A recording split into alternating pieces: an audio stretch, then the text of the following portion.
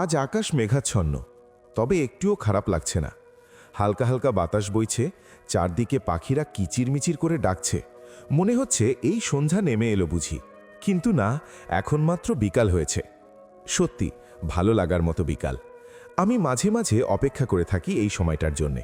কেন জানেন? আমার একটা পাগলি আছে, ওই এইরকম সময় তার খুব পছন্দের।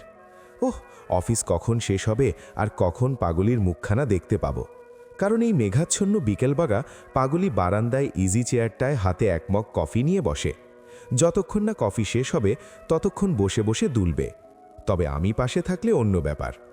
পাগলির কথাগুলো ভাবছি আর অফিসে ফাইলগুলো দেখে শেষ করছি। পিছন দিক থেকে অভ্র এসে বলল, কিরে, বাড়ি যাবি না? অফিস তো ছুটি। অভ্রর কথা শুনে উঠে দাঁড়িয়ে ব্যাগ গুছাতে গুছাতে, আর বলিস না, আমার পাগলির কথা ভাবতে ভাবতেই খেয়াল করিনি। আচ্ছা, এইবার চল। দেখেছিস, আমার পাগলির কথা ভাবতে ভাবতেই পাঠকদের পরিচয়টাই দেওয়া হলো না। যাই হোক, বাড়িতে যেতে যেতে আমার পরিচয়টা দিয়েই ফেলি। আমি ইকবাল মাহমুদ আয়ান, বাবা মায়ের 4 নম্বর সন্তান। 2 বোন 2 ভাইয়ের মধ্যে সবার ছোট আমি। পড়ালেখা শেষ করে একটা কোম্পানির এমডিতে জয়েন করেছি। আর যাকে পাগলি পাগলি বলছি, সে সত্যিকারের পাগলি নয়, সে আমার মনের রাজ্যের পাগলি, মানে আমার বউ মিফতাহুল জান্নাত প্রাপ্তি। চাকরি সূত্রে আমি প্রাপ্তিকে নিয়ে ঢাকায় থাকি। অবশ্য আরও অনেক কারণও আছে, সেইগুলো আস্তে আস্তেই জানতে পারবেন। আর অভ্র, তার কথা না বললেই নয়। কারণ এই অচেনা শহরে যখন আমি এসেছিলাম তখন এই অভ্রই আমার সব ছিল, আর কাউকেই তেমন আপনভাবে পাই নাই। যাই হোক, আপনাদের সাথে কথা বলতে বলতে বাসায় চলে আসলাম। সামনের দরজায় দাঁড়িয়ে ভাবলাম, কলিং বেল বাজিয়ে পাগলিটাকে ডিস্টার্ব করব না। আমার কাছে যে বাড়তি চাবিটা আছে, ওইটা দিয়েই দরজা খুলে ভিতরে ঢুকলাম। আর একটা কথা না বললেই নয়, আমার পাগলিকে আমি যতই ভালোবাসি না কেন, ও আমার সাথে কথা বলে না। তারও একটা কারণ আছে, আস্তে আস্তে এটাও জানবেন। বাসার ভেতরে ঢুকেই আস্তে করে দরজাটা লাগিয়ে দিতেই আমাদের কাজের মেয়ে রেশি এসে বলল, ভাইয়া, আপনি কলিং বেল না বাজিয়ে এইভাবে আসলেন কেন? ওর কথা শুনে দরজাটা আটকিয়ে পিছনে ফিরে বললাম, আমি এসেছি জানলে তোর ভাবি এসে দরজা খুলত, তাই ওকে ডিস্টার্ব করতে চাইনি। তোর ভাবি তো এখন বারান্দায়, তাই না? রেশি: হুম ভাইয়া, ভাবি এই সময় তো বারান্দায় বসে থাকে। রেশির কথাটা শুনে না দাঁড়িয়ে রুমে গেলাম। হাতের ব্যাগটা রেখে বারান্দার দরজায় গিয়ে দাঁড়ালাম। মেঘাচ্ছন্ন আকাশ, মৃদু হাওয়া তার চুলগুলো বারবার চোখের উপরে এসে পড়ছে, আরও সরিয়ে দিচ্ছে। সত্যি আমার বউটাকে কতটা মায়াবী লাগছে বলে বোঝানো যাবে না। ইচ্ছে করছে বউটাকে জড়িয়ে ধরে একটু আদর করি, কিন্তু না, ওকে তো ছোঁয়া আমার নিষেধ। ও নিজেই সে নিষেধটা করেছিল। অনেকক্ষণ তাকিয়ে থাকার পর বউটার নজর পড়ল আমার দিকে। আমাকে দেখে তড়িঘড়ি করে আমাকে সরিয়ে রুমে এসে তোয়ালেটা ধরিয়ে দিল, ইশারায় ওয়াশরুম দেখিয়ে দিল। আমিও ওর দিকে তাকিয়ে মুচকে একটা হাসি দিয়ে ওয়াশরুমে চলে গেলাম। প্রাপ্তিও রুম থেকে বেরিয়ে গেল। রেশি, রেশি! প্রাপ্তির ডাকে রান্নাঘর থেকে দৌড়ে এলো রেশি। রেশি: ভাবি, আপনি কিছু বলবেন? প্রাপ্তি: তোমার ভাইয়া যখন আসছে আমায় ডাকুনি কেন? রেশি: ভাবি, আমিও তো দেখিনি। যখন ভাইয়া ভেতরে ঢুকে দরজা আটকাচ্ছিল তখন দেখেছি। আমি বলেও ছিলাম কলিং বেল বাজায়নি কেন। ভাইয়া বলেছে আপনাকে ডিস্টার্ব করতে চাইনি, তাই। আচ্ছা, ঠিক আছে। ওর জন্য কফি বানিয়েছ? জি ভাবি, আমি নিয়ে। আয়ান ফ্রেশ হয়ে বারান্দায় গিয়ে দাঁড়িয়ে চুলগুলো মুছোচ্ছে। প্রাপ্তি কফিটা নিয়ে এসে পাশে দাঁড়িয়ে আয়ানকে এক অপলক দৃষ্টি নিয়ে তাকিয়ে আছে। প্রাপ্তির ইচ্ছে করছে আয়ানের চুলগুলো এলোমেলো করে দিতে। ইচ্ছে করছে আয়ানের চোখ রেখে বলতে, আয়ান, আমিও তোমায় ভালোবেসে ফেলেছি। কিন্তু না, আমার মতো মেয়ের তো কোনো ইচ্ছে থাকতে নেই। আমি তো কথাটা ভাবনার জগতে বলার আগেই আয়ান বলল, কি হলো, কফিটা কি ঠান্ডা করে ফেলবা? আমাকে দিবে না? আয়ানের কথা শুনে প্রাপ্তি ভাবনার জগৎ থেকে ফিরে এসে আয়ানের হাতে কফিটা দিল। আয়ান মুচকি একটা হাসি দিয়ে, একটা কথা বলবো, রাগ করবে না তো? প্রাপ্তি মাথা নাড়িয়ে বোঝালো, না। আয়ান, আজ তোমায় অনেক সুন্দর লাগছে। জানি এর কোনো আনসার আমি পাবো না, তবে মাঝে মাঝে মনে হয় একটা বোবা মেয়ে বিয়ে করা ভালো ছিল। কথাটা বলেই আয়ান এক গাল অট্ট হাসিতে ঢলে পড়ল। প্রাপ্তি কিছু না বলে রুমে চলে আসলো। প্রাপ্তির অনেক কান্না করতে ইচ্ছে করছে, কিন্তু না, ভালোবাসার মানুষের কথায় কাঁদতে নেই, রাগ করতে নেই। তবে হ্যাঁ, শুধু অভিমান করা যায়। সন্ধ্যা নেমে এসেছে, বাইরে প্রচুর বৃষ্টি হচ্ছে। আয়ানের মনের কষ্টটা কাউকে দেখানোর মতো না। সবার বিরুদ্ধে গিয়ে প্রাপ্তির সাথে সংসার করে ঠিকই, কিন্তু আজও মেয়েটার কাছ থেকে কোনো ভালোবাসাই পায়নি। প্রাপ্তি জোরে সোরে বৃষ্টি হচ্ছে দেখে বারান্দার দরজা আটকাতে গিয়ে দেখে আয়ান এখনও দাঁড়িয়ে আছে। প্রবল বাতাসের কারণে বৃষ্টি বারান্দায় পর্যন্ত এসে গেছে। আয়ানও দাঁড়িয়ে দাঁড়িয়ে ভিজচ্ছে। প্রাপ্তি পাশে গিয়ে দাঁড়াতেই আয়ান বলল, ভিজতেছ কেন? ঠান্ডা লেগে যাবে তো, যাও রুমে যাও। প্রাপ্তি অনেকক্ষণ চুপ করে থেকে আপনার ঠান্ডা লেগে যাবে? অনেকক্ষণ থেকেই তো ভিজেই চলেছেন, এইবার রুমে আসুন। আয়ান প্রাপ্তির দিকে মুখ ফিরিয়ে বৃষ্টিতে ভেজাটাই দেখলা, মনের যে ঝড় বইছে সেটা দেখতে পাচ্ছ? প্রাপ্তি অসহায়ের মতো করে বলল, প্লিজ রুমে চলুন। আয়ান জানো, বৃষ্টিতে ভেজাতে তোমার মুখের কয়েকটা শব্দ শুনতে পেলাম, এইটাই আমার জন্য অনেক। আয়ান রুমে এসে চেঞ্জ করে ড্রয়িং রুমে সোফায় গিয়ে বসল। পাশে থাকা ফোন বেজে উঠতেই ফোনের স্ক্রিনের দিকে তাকিয়ে দেখে মা আয়েশা বেগম ফোন করেছে।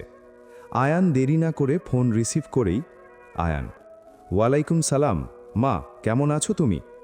আয়েশা বেগম ওয়ালাইকুম সালাম, আমি ভালোই আছি, তবে তোর বাবা অসুস্থ। মা, বাবার কি হয়েছে? বুকের ব্যথাটা বেড়েছে। তোর কি ইচ্ছে করে না আমাদেরকে দেখার? তোর বাবা, আমি, তোর বড় ভাই, ভাবি, তোর বোনেরা সবাই তোকে কত ভালোবাসে। তোর কি ইচ্ছে করে না সবার কাছে থাকার? কথাগুলো শুনে আয়ান দীর্ঘ নিঃশ্বাস ছেড়ে দিয়ে বলল, মা, আমারও ইচ্ছে করে সবার সাথে থাকতে। আমিও সবাইকে ভালোবাসি। তোমাদের ছেড়ে থাকতে আমারও কষ্ট হয় মা, কিন্তু কি করব বলো? ওই মেয়েটাকে ছেড়ে আমি কোথাও যেতে পারবো না। ভালোবাসি আমি ওকে।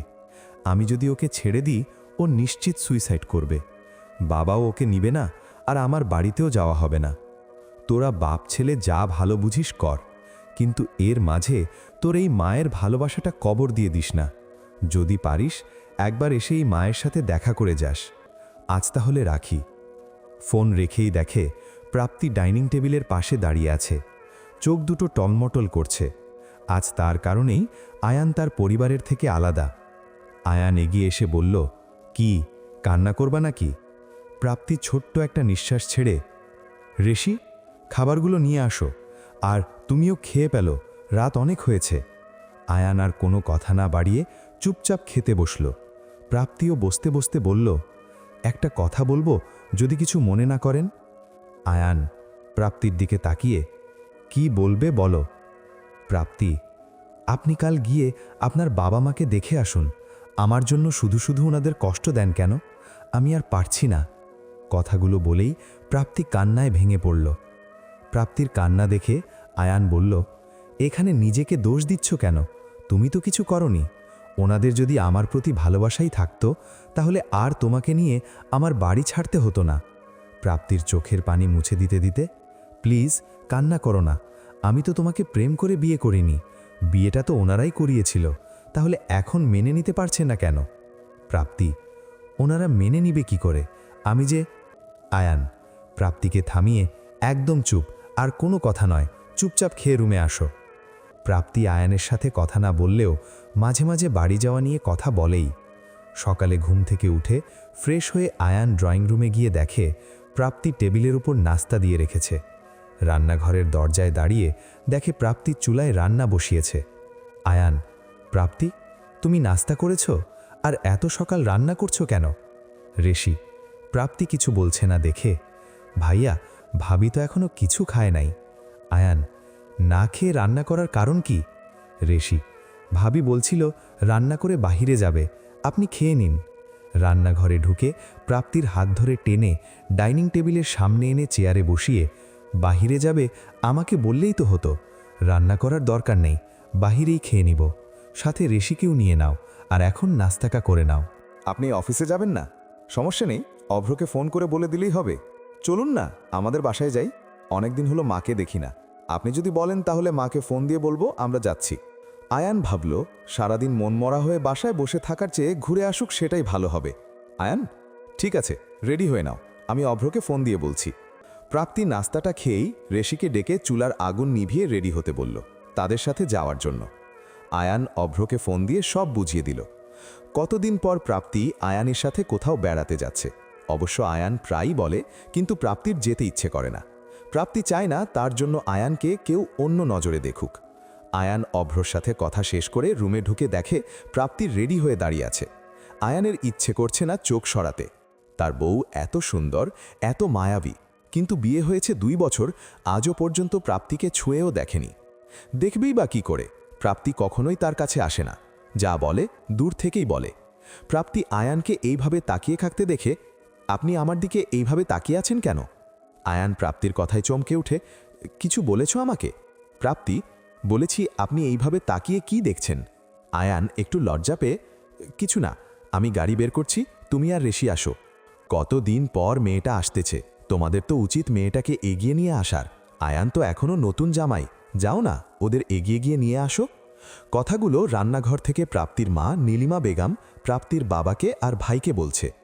মায়ের বকা দেখে আসিফ বলল, দেখেছো আব্বু, আম্মুর মেয়ে আসছে, এখন আর আমাদের দিকে কোনো খেয়াল থাকবে না, পান থেকে চুন ঘষলেই বকা খেতে হবে। ছেলের কথা শুনে প্রাপ্তির বাবা আজাদ চৌধুরী বললেন, তোর আম্মুকে এখন কিছু বলিস না, পরে আরও খেপে যাবে। তুই তোর মাকে একটু হেল্প কর, আমি এগিয়ে গিয়ে দেখি প্রাপ্তিরা এসেছে কিনা। আসিফ আজাদ সাহেব চলে যাওয়ার পর সামনের দরজাটা আটকিয়ে রান্নাঘরে মায়ের পাশে এসে বলল, আম্মু, অরণি আসবে না? আসবে না? বড় বোন আসছে, না এসে পারে? যাই হোক, ওরা আসার আগেই সব কাজ করে ফেলতে হবে। অনেকদিন পর আমার মেয়েরা আসতেছে, জমিয়ে আড্ডা দিব। তুই এক কাজ কর, প্রাপ্তির রুমটা ঠিক করে দিয়ে আয়। অবশ্য আমি ঠিক করেছি, তুই দেখে আয় কিছু কমতি আছে কিনা। আসিফ, ওহ মা, তুমিও না, একটু শান্তিতে থাকতে দিবে না? নীলিমা বেগম রান্নাবান্না শেষ করে ড্রয়িং রুমের ফ্যান চালিয়ে সোফায় গিয়ে হেলান দিয়ে বসে পড়ল আর ভাবতে লাগলো, বিয়ের পর এই নিয়ে আয়ান 2 বার এসছে এই বাড়িতে, আসবেই বা কি করে? প্রথমবার এসে কত নাস্তানাবুদ হতে হয়েছে তাকে। বাসা থেকে বেল হলেই গ্রামের লোকেরা প্রাপ্তিকে নিয়ে নানা কথা বলতো। ছেলেটা ভালো দেখেই সব কিছু মেনে নিয়েছে। অন্য কোনো ছেলে হলে মেয়েটাকে আমাদের বাড়ি রেখে কবেই চলে যেত। কথাগুলো ভাবতে ভাবতেই কলিং বেলের শব্দ শুনে তাড়াহুড়ো করে গিয়ে দরজাটা খুলে দিল। দরজা খোলার সাথে সাথেই প্রাপ্তি তার মাকে জড়িয়ে ধরল। নীলিমা বেগম মেয়েকে কপালে অনেকগুলো চুমু দিয়ে কাঁদো কাঁদো হয়ে বলল, কতদিন হয়েছে তোকে দেখি না। মা মেয়ের এমন দৃশ্য দেখে আয়ানের মুখে হাসির ঝলক ফুটে উঠল। আসিফ ভিতরের রুম থেকে এসে, আম্মু, এবার তো প্রাপ্তিকে ভিতরে আসতে দাও, সব কিছু কি দরজায় দাঁড়িয়েই শেষ করে ফেলবে? আয়ান এগিয়ে এসে আসিফের সাথে কোলাকুলি করল। কেমন আছো আয়ান? আয়ান, জি ভালো। এমন সময় অরণি আর তার হাজব্যান্ড সিয়াম দরজায় দাঁড়িয়ে। অরণি, আসতে পারি? কথাটা শুনে সবাই দরজার দিকে তাকিয়ে। প্রাপ্তি, অরণি, আমরু, অরণি আসবে আমায় বলনি তো? নীলিমা বেগম, আমার কি দোষ? অরণি আমায় মানা করেছে, তোকে সারপ্রাইজ দিবে বলে। অরণি ভিতরে এসে, কেমন আছিস আপু? প্রাপ্তি আয়ানের দিকে তাকিয়ে, অনেক ভালো আছি রে। সিয়াম, তুমি কেমন আছো? সিয়াম, এই তো ভালো। আপনি তো আয়ান ভাইয়াকে পেয়ে আমাদের সবাইকে ভুলে নেছেন। কথাটা শুনে আয়ান মনে মনে তাচ্ছিল্য একটা হাসি দিয়ে, ও যদি আমাকে পেয়ে ওর অতীত ভুলে যেত তাহলে আমার মতো ভাগ্যবান কেউ ছিল না। যাই হোক, তবে আজকের মতো খুশি আমি প্রাপ্তিকে কখনোই দেখিনি। সবার সাথে কত সুন্দর করে কথা বলছে, আর আমার কাছে আসলে মনে হয় বোবা একটা মেয়ে সামনে দাঁড়িয়ে আছে। নীলিমা বেগম, বাবা তোমরা ফ্রেশ হয়ে এসে বসো, আমি নাস্তা নিয়ে আসছি। আয়ান, আম্মু, আপনি আমার জন্য এত ব্যস্ত হবেন না, আমাকে এই বাড়ির একজন ভেবেই ভালোবাসবেন। আপনি যদি বাড়তি আপ্যায়ন করেন এতে আমার অনেক খারাপ লাগবে, এই ভেবে আপনি আমাকে নিজের ছেলে মনে করেন না। আয়ানের কথাগুলো শুনে নীলিমা বেগম আয়ানের মাথায় হাত বুলাতে বুলাতে বলল, তোমার মতো ছেলের মা হওয়া ভাগ্যের ব্যাপার। যাও বাবা, ফ্রেশ হয়ে আসো, পরে কথা বলবো। এই প্রাপ্তি, যা আয়ানকে রুমে নিয়ে যা। অরণি, তোরা দাঁড়িয়ে আছিস কেন? তাড়াতাড়ি যা। ঋষি, তুমি ওই রুমে যাও, ওইখানে তুমি থাকবে। আয়ান প্রাপ্তির রুমে এসে অবাক হয়ে সবকিছু দেখছে। রুমটা অনেক সুন্দর করে সাজানো, সবকিছু প্রাপ্তির পছন্দ মতোই। এর আগেও আয়ান এই বাড়িতে 2 বার এসেছিল, তখন সবকিছু ঝামেলার মাঝেই কাটিয়েছিল। প্রাপ্তি ব্যাগ থেকে জামা কাপড়গুলো বের করে ড্রয়ারে রাখতে রাখতে বলল, আপনি ফ্রেশ হয়ে নিন, আম্মু একটু পর আবার ডাকাডাকি শুরু করবে। আয়ান, এত জামা কাপড় নিয়ে এসে থাকবে কতদিন এইখানে? প্রাপ্তি, যেদিন আপনি বলবেন সেই দিনই চলে যাব। আয়ান, আমি তো কালই চলে যাব, তুমি 2 দিন থাকো, তারপর না হয় আমি এসে নিয়ে যাব। কথাটা শুনে প্রাপ্তি কিছু বলল না, মনে কেন জানি ধাক্কা লাগলো। ওনাকে ছাড়া আমি এইখানে থাকবো কি করে? এইখানে এমনিতেই দম বন্ধ হয়ে আসে। আমি এসেছি শুনলে পাড়ার চাচি জেঠি সবাই চলে আসবে আমাদের কথা শোনানোর জন্য। জানি এইগুলো শুনলে আয়ানের খারাপ লাগবে, কিন্তু মানুষের মুখ তো আর বন্ধ করা যায় না। আমাদের সমাজের মানুষগুলোই এই রকম। নিজের ঘরে কি হয়েছে সে নিয়ে কোনো মাথা ব্যথা নেই, কিন্তু অন্যের ঘরের দোষ কিভাবে বের করা যায় সেই নিয়েই বেশি চিন্তায় থাকে। এই প্রাপ্তি, ভাবছোটা কি? তোয়ালেটা দাও তো। প্রাপ্তি, ও হ্যাঁ। আয়ান, কি ও হ্যাঁ করছো? যেটা ভাবতেছো সেটা মাথা থেকে ঝেড়ে ফেলো। জানি আমি তোমার ভাবনাতে কি থাকতে পারে। অরণি প্রাপ্তির রুমে এসে তাদের দাঁড়িয়ে থাকতে দেখে, কিরে আপু, এখনও দাঁড়িয়ে আছিস? আম্মু নাস্তা নিয়ে বসে আছে, চল। ভাইয়া, আপনিও চলেন। অরণিকে দেখে আয়ান অন্যদিকে ফিরে আছে। প্রাপ্তি ব্যাপারটা বুঝে অরণিকে বলল, তুই যা, আমরা আসছি। অরণিও আয়ানের ব্যাপারটা বুঝতে পেরে চলে গেল। প্রাপ্তি, ওর সাথে এই ভাব না করলেও পারতেন। আয়ান, কেন করব না? ওর জন্যই তো এত কিছু। কথাটা বলেই আয়ান ফ্রেশ হতে চলে গেল। প্রাপ্তি আয়ানের যাওয়ার দিকে তাকিয়ে ভাবছে, হয়তো তাই। প্রাপ্তি এসে তার মাকে কাজে হেল্প করছে। অরণি পাশ থেকে বলে উঠল, আচ্ছা আপু, আয়ান ভাইয়া আমার উপর এখনও রাগ, তাই না? সেই দিনের সব কিছুর জন্য আমি দায়ী, তাই না? প্রাপ্তি মুচকি একটা হাসি দিয়ে, ধুর পাগলি, ও তো এইরকমভাবেই চুপচাপ থাকে। অরণি কিছু বলতে যাবে তখনই দেখে আয়ান ফ্রেশ হয়ে সোফায় এসে বসেছে, সাথে সিয়ামও। দুজনে এইখানে এসে ভালোভাবে মিশে গেছে। অবশ্য এর আগে সিয়াম আর আয়ান একসাথে হয়নি। সেই দিনের ঘটনার পর সিয়ামও এই বাড়িতে আসেনি। প্রাপ্তির বাবা এসে প্রাপ্তির মাকে বলতে লাগলো, তোমার মেয়েকে এগিয়ে আনতে গেছি আর তারা আমার আগেই চলে এসেছে। নীলিমা বেগম, তুমি হয়তো আড্ডা দিতে বসে গেছো, তাই মেয়েকে খুঁজে পাওনি। কথাটা শুনে সবাই হাসতে শুরু করলো। আয়ান এগিয়ে এসে প্রাপ্তির বাবাকে সালাম করে জড়িয়ে ধরল। আজাদ সাহেব আয়ান জড়িয়ে ধরতেই, কেমন আছো বাবা? জি ভালো। তুমি কেমন আছো? জি আমিও ভালো আছি। নীলিমা, আজ আমার ঘরটা অনেক দিন পর পরিপূর্ণ হলো। আমার মেয়েরা দেখছি আল্লাহর রহমতে ভালোই আছে। আব্বু, আপনি বসেন, বসে কথা বলা যাবে। আসিফও এসে তাদের সাথে যোগ দিল। সবাই খাওয়া দাওয়া শেষ করে বসে আড্ডা দিচ্ছে। আয়ানের ফোনে কল আসাতে আয়ানের মন ভারী হয়ে উঠল।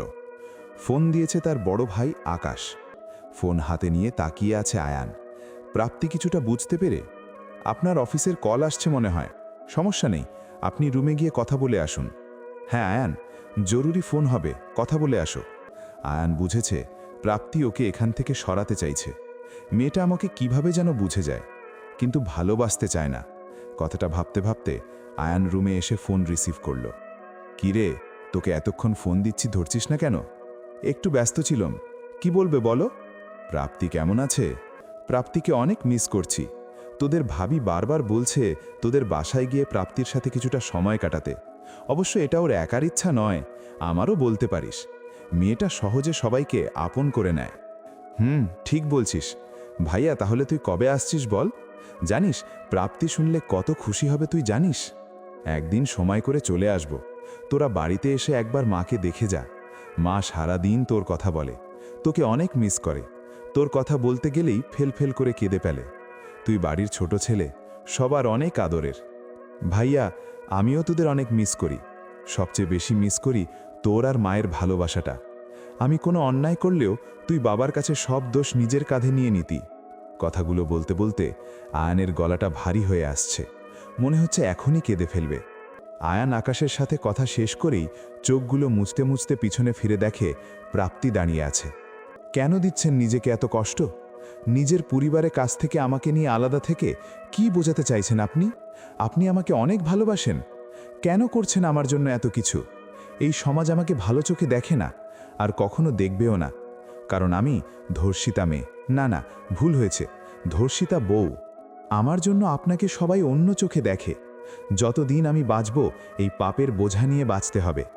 কথাগুলো বলে কান্না করতে করতে ফ্লোরে বসে পড়ল প্রাপ্তি। আয়ানও প্রাপ্তির সামনে বসে পড়ল। আস্তে আস্তে হাত দুটো নিয়ে প্রাপ্তির দুগাল ধরে, পাগলি কোথাকার, এতগুলো প্রশ্ন কেউ একসাথে করে? নিজেকে এত ছোট ভাবো কেন? ধর্ষিতারা কখনো পাপী হয় না। পাপী তো তারা যারা তোমাকে জোর করে ধর্ষণ করেছে। এই সমাজের কোনো দোষ নেই, দোষ এই সমাজের মানুষগুলোর। তারাই এই সমাজকে প্রতিনিয়ত নষ্ট করছে। তোমার মতো হাজারো প্রাপ্তি আছে যারা কারো সাপোর্ট পায় না। তোমার সাথে আমরা সবাই আছি। কেউ থাকুক আর না থাকুক, আমি তোমার পাশে থাকব। কেন জানো? তোমাকে ভালোবাসি বলে। তোমার মতোই একটা মেয়ে আমার জীবনে খুব প্রয়োজন। জানি তুমি আমাকে ভালোবাসো না, কিন্তু একদিন না একদিন তো ভালোবাসবেই। আয়ানের কথাগুলো শুনে প্রাপ্তির ইচ্ছে করছে তাকে একবার জড়িয়ে ধরে বলতে, আমিও আপনাকে ভালোবাসি, কিন্তু কেন জানি ভয় কাজ করে। আয়ান প্রাপ্তিকে দাঁড় করিয়ে, আমি জানি তোমার মন এখন কি বলছে। প্রাপ্তি, কি বলছে? আয়ান, কাজে করে দেখাই। প্রাপ্তি কিছু বলার আগেই প্রাপ্তিকে জড়িয়ে ধরল। আয়ানের বুকে মাথা রেখে প্রাপ্তি যেন নিজেকে হারিয়ে ফেলেছে। এই প্রথম আয়ানের বুকে সে মাথা রেখেছে। এই বুকে এতটা শান্তি আছে তার জানা ছিল না। মনে হচ্ছে পৃথিবীর কোথাও গেলে সে এত সুখ খুঁজে পাবে না। মনে হচ্ছে আয়ানের বুকের হৃদয় স্পন্দনগুলো শুধু আমায় ডাকছে। অনেকক্ষণ এইভাবে থাকার পরে আয়ান আস্তে করে প্রাপ্তিকে ডাক দিল। এই প্রাপ্তি, কোথায় হারিয়ে গেলে তুমি? কিছু বলছো না কেন? প্রাপ্তি আয়ানকে আরও শক্ত করে জড়িয়ে ধরে, ওহ, কথা বলবেন না, কথা বললে ডিস্টার্ব হবে আমার। আয়ান, এতদিন কাছে না এসে আমাকে কষ্ট দিয়েছ কেন? আমি কি জানতাম এই বুকে এত শান্তি লুকিয়ে আছে? আর আপনার কাছে গেলেই আমার ভয় লাগতো। আপনি তো সবই জানেন, নতুন করে আমি কি বলবো বলেন? আমি জানতাম তাই তো তোমাকে কাছে টানতাম না। ভাবতাম যেই দিন তুমি নিজের ইচ্ছায় কাছে আসবে সেই দিন তোমাকে কাছে টেনে নিব। যাই হোক, ওই সব কিছু ভুলে যাও, শুধু ভাববে আমি তোমার সব। আয়ান, প্রাপ্তি, এই বুকে যে মাথা রাখলে কিছু শুনতে পাচ্ছ? প্রাপ্তি, তোমার ধ্যাত। লজ্জা পেয়ে আর কিছু না বলে প্রাপ্তি রুম থেকে বেরিয়ে গেল। প্রাপ্তি আজ আয়ানের কাছাকাছি এই প্রথম গিয়েছে। এক অজানা ভালো লাগা কাজ করছে তার মনে। বারবার লুকিয়ে লুকিয়ে এসে আয়ানকে দেখছে। আয়ান সেই জায়গায় এখনও থমকে দাঁড়িয়ে আছে। মনে হচ্ছে কিছুক্ষণের জন্য সে স্বপ্ন দেখছিল। প্রাপ্তি তার স্বপ্নে এসে তার কাছে ধরা দিয়েছে। মেয়েটার মধ্যে এক মায়া ভরা নেশা কাজ করে, যেই নেশা আমি ছাড়তে চাই না। আয়ান কথাগুলো ভাবতে ভাবতে রুম থেকে বেরিয়ে এসে ড্রয়িং রুমে বসল। আজাদ সাহেব, কি হয়েছে আয়ান? এইভাবে নিস্তব্ধ হয়ে আছো কেন? কিছু হয়েছে? আয়ান চমকে ওঠে, কই না তো, কিছু হয়নি। আসলে আমি কাল সকালে চলে যাব। প্রাপ্তি আর ঋষি দুদিন থাকবে বলছে, তাই নিয়ে ভাবছি। আজাদ সাহেব, কিছু না হলেই ভালো, তবে তুমি বাসায় একা থাকবে নাকি? তুমি এই দুদিন এখান থেকে অফিসে গেলেই তো পারো। আয়ান, আব্বু, এখান থেকে আসা যাওয়াটা আমার জন্য লং জার্নি। সমস্যা নেই, দুদিনেরই তো ব্যাপার। কথাটা বলে আয়ান নিজেই ভাবছে, প্রাপ্তি ছাড়া থাকতে পারবো আমি? কিন্তু কি করব? বিয়ে পর পাগলিটা এই ফার্স্ট আমার কাছে কিছু চেয়েছে, এই বাড়িতে সেই দুটো দিন থাকতে চায়। আমার সময় হয়ে ওঠে না, তাই ওর এই বাড়িতে আসা হয় না। পরের দিন সকালবেলা আয়ান অফিসে যাওয়ার জন্য রেডি হচ্ছে। প্রাপ্তি কোটটা এগিয়ে দিতে দিতে, সত্যি কি আপনি এই দুদিন আসবেন না? আয়ান কোট পরতে পরতে, না আসলে কি তোমার মন খারাপ হবে? প্রাপ্তি মন খারাপ করে নিচের দিকে তাকিয়ে, জানি না। আয়ান, মনকে জিজ্ঞাসা করে ফোন দিও, ভেবে দেখব। প্রাপ্তি, আপনি বাসায় একা একা থাকবেন? আয়ান প্রাপ্তির দিকে ফিরে মুচকি হেসে, বিশ্বাস নেই আমার প্রতি? প্রাপ্তি, ও মা, ছি ছি ছি, কি বলেন? আমি বলতে চাইছি একা একা আপনার খারাপ লাগবে না? আয়ান গলাটা নরম করে, তোমার গালে হাত দিই? প্রাপ্তি মাথাটা নাড়িয়ে হ্যাঁ সূচক বুঝিয়ে নিচের দিকে তাকিয়ে আছে। আয়ান দুই হাত দিয়ে গাল দুটো ধরে, আই লাভ ইউ, তোমাকে অনেক মিস করব। প্রাপ্তি আয়ানের হাত দুটো গাল থেকে নামিয়ে আয়ানকে জড়িয়ে ধরে, আপনি আমায় কখনো ছেড়ে যাবেন না তো? আয়ান, যদি যাওয়ার হতো আরও আগেই যেতাম। এই প্রাপ্তির মায়া ছেড়ে কোথাও গিয়ে এই ইকবাল মাহমুদ আয়ান শান্তি পাবেন না। প্রাপ্তি আয়ানকে ছেড়ে দিয়ে, হয়েছে হয়েছে, এইবার যান, অফিসে দেরি হয়ে যাবে কিন্তু। আয়ান অফিসে যাওয়ার পর থেকেই প্রাপ্তির মন খারাপ হয়ে আছে। এইখান থেকে আয়ানকে অফিসে 1 ঘন্টা আগেই যেতে হয়েছে। আয়ানের অফিস এইখান থেকে দূরে। প্রাপ্তির আম্মু রান্নাঘরে রান্না করছে, অরণি বসে বসে পেপার পড়ছে। প্রাপ্তি এসে তার আম্মুর কাছে রান্নাঘরে ঢুকতে যাবে, তখনই অরণি বলে উঠল, আপু, এই দিকে দেখে যা, আজকের পেপারে কি আসছে? অজ্ঞাত একটা মেয়েকে কেউ ধর্ষণ করে মেরে ডোবায় ফেলে রেখেছে। অরণির মুখের কথাটা শুনেই প্রাপ্তি মাথা ঘুরে পড়ে গেল। প্রাপ্তির আম্মু রান্নাঘর থেকে দৌড়ে এসে চিৎকার দিয়ে, অরণি, তুই এটা কি করলি? রেশিও দৌড়ে এসে, ভাবির কি হয়েছে, জ্ঞান হারালো কিভাবে? নীলিমা বেগম, অরণি, আগে পানি নিয়ে আয়। রেশি, একটু ধরো তো, আপাতত সোপায় নিয়ে বসাই। রেশি প্রাপ্তিকে ধরে সোপায় বসাতে বসাতে, আমি কিছু বুঝতেছি না, ভাবির কি হলো, একটু আগেও তো ঠিকই ছিল। অরণি দৌড়ে এসে প্রাপ্তির চোখে মুখে পানি দেওয়াতে আস্তে আস্তে প্রাপ্তি চোখ খুলল। নীলিমা বেগম আর ঋষি পাশে তাকে ধরে বসে আছে। অরণি পানির গ্লাস নিয়ে তার পিছনে দাঁড়িয়ে আছে। এইখানে কিছু না বলে নিজেকে নীলিমা বেগম আর ঋষির কাছ থেকে ছাড়িয়ে নিস্তব্ধ হয়ে নিজের রুমের দিকে হাঁটতে শুরু করলো। দরজাটা বন্ধ করে দিয়ে চিৎকার করে কাঁদতে শুরু করলো প্রাপ্তি। অরণি কিছু বলতে গিয়েও থেমে গেল। নীলিমা বেগম আর ঋষি চুপ করেই বসে আছে। ঋষি মনে মনে ভাবছে, ভাইয়াকে কি ফোন দিয়ে কথাটা বলবো? না শোনালে তো আবার আমাকেই রাগ দেখাবে। আচ্ছা, ভাবির কি হলো হঠাৎ? হয়তো সবাই জানে, আমাকেই বলছেন না। আকাশটা আজ কালো হয়ে আসছে। প্রাপ্তির মতো হয়তো তারও মন খারাপ হয়েছে। আকাশ তো মন খুলে কাঁদতে পারে, কিন্তু আমি তো পারি না। আমার কেন লুকিয়ে কাঁদতে হয়? না, আজ আকাশের সাথে আমিও মন খুলে কাঁদতে চাই। কথাটা ভাবতেই প্রাপ্তি দৌড়ে ছাদে চলে গেল। প্রাপ্তিকে এইভাবে ছাদে যেতে দেখে ঋষি উঠে গিয়ে আয়ানকে ফোন দিয়ে সব বলল। অভ্রকে সব সামলাতে বলে আয়ান গাড়ি নিয়ে বেরিয়ে পড়ল। ছাদে গিয়ে দোলনায় বসে আছে প্রাপ্তি, বৃষ্টিতে ভেজার আশায়। আকাশে বিদ্যুৎ চমকাচ্ছে, ঝিরঝির বৃষ্টিও পড়ছে। চোখের পানিগুলোকে বৃষ্টির পানির সাথে মেশাতে চাইছে। নিজের কষ্টগুলোকে হয়তো বৃষ্টির সাথে ভাগ করতে চাইছে। মনে হচ্ছে এই তো সেই দিনের ঘটনা, কিন্তু না, ওই ঘটনার পর 3টে বছর কেটে গেছে। এই 3টে বছরের এক একটা দিন কিভাবে কাটিয়েছে এইটা শুধু নিজেই জানে। কাউকে বুঝতে দেয়নি কখনো, বোঝাতে চায়ওনি। কিন্তু মাঝখানে আয়ান জীবনে চলে এসে ছেলেটা আমার কাছ থেকে কিছুই পায়নি, উল্টে আমার কারণেই তাকে ঘর ছাড়তে হয়েছে, হারাতে হয়েছে সবার ভালোবাসা। সেই দিনের তারিখটা প্রাপ্তি কখনো ভুলতে পারবে না। এপ্রিলের 10 তারিখ সকালবেলা ভার্সিটিতে যাবে বলে রেডি হচ্ছে প্রাপ্তি। প্রাপ্তি অনার্স সেকেন্ড ইয়ারে পড়ে, আর অরণি এইচএসসি ফার্স্ট ইয়ার। সব কিছু ভালোই চলছিল। প্রাপ্তির সব বন্ধুরা বলতো, তোদের পরিবারের মতো আরেকটা পরিবার দেখিনি। একজনের প্রতি একজনে কি ভালোবাসা। সবাই বলে বনে বনে নাকি অনেক ঝগড়া হয়, কিন্তু আমার আর অরণির মাঝে কখনোই ছিল না। অবশ্য অরণি একটু চঞ্চল প্রকৃতির। ওর একটা বাজে অভ্যেস আছে, সেটা হলো ছেলেদের নাকে দড়ি দিয়ে ঘোরানো। ওর এই বাজে অভ্যেস আমার জন্য কাল হয়ে দাঁড়াবে সেটা কখনোই ভাবিনি। অরণি পিছন দিক থেকে এসে বলল, আপু, তুই ভার্সিটিতে যাচ্ছিস? প্রাপ্তি, ক্লাস আছে। কেন, তুই যাবি না? অরণি, না আপু, আমার ভালো লাগছে না, তুই যা, আর শোন, সাবধানে যাস। প্রাপ্তি, কেন, কি হয়েছে? হঠাৎ এই কথা বলছিস কেন? অরণি, তোর মনে আছে সায়মনের কথা? মনে থাকবে না কেন? ওই ছেলে তো তোকে অনেক ডিস্টার্ব করতো। একদিন তো তুই ভেবে আমাকেই ডিস্টার্ব করছিল। আমি বাসায় এসে বলাতে আব্বু থানায় ওর নামে ডায়েরি করেছিল। এখন তো জেলেই আছে। অরণি, আরে সেই জন্যই তো বলছি, ওর বাবার টাকার ক্ষমতায় নাকি ছাড়া পেয়ে গেছে। তাই বলছি সাবধানে যাস। প্রাপ্তি, ওই নিয়ে তুই চিন্তা করিস না, ভাইয়া যাবে আমার সাথে।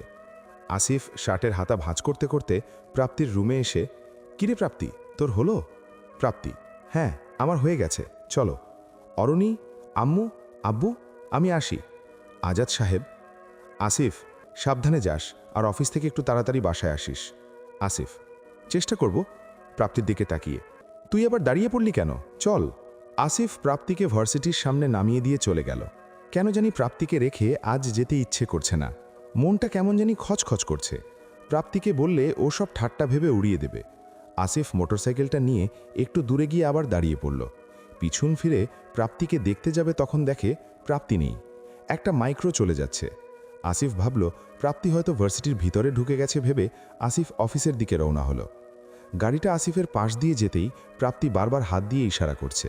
প্রাপ্তির মুখটা বাঁধা, তাই ডাকতে পারছিল না। আসিফ অফিসে গিয়ে পৌঁছানোর 20 মিনিট পরেই প্রাপ্তির ফ্রেন্ড মেঘলা ফোন দিল। আসিফ প্যান্টের পকেট থেকে ফোন বের করে দেখে মেঘলার ফোন। ফোন রিসিভ করে কানে ধরে অফিসের ফাইলটা খুলল। আসিফ, কি ব্যাপার মেঘলা, হঠাৎ ফোন? মেঘলা, ভাইয়া, প্রাপ্তি আজ ভার্সিটিতে আসবে না। আসিফ, কি বলছো? প্রাপ্তি ক্লাসে যায়নি, আমি ওকে নিজে নেমিয়ে দিয়ে আসলাম। আচ্ছা, ভালো করে খুঁজে আমাকে ফোন দাও। আসিফের কথা মতো মেঘলা ভার্সিটির সব জায়গায় খুঁজে আসিফকে ফোন দিল। মেঘলা, ভাইয়া, প্রাপ্তি তো কোথাও নেই। আসিফ চিন্তিত হয়, কি বলছো? আমি নিজে ওকে নামিয়ে দিয়ে আসলাম। আচ্ছা, তুমি রাখো, আমি দেখছি।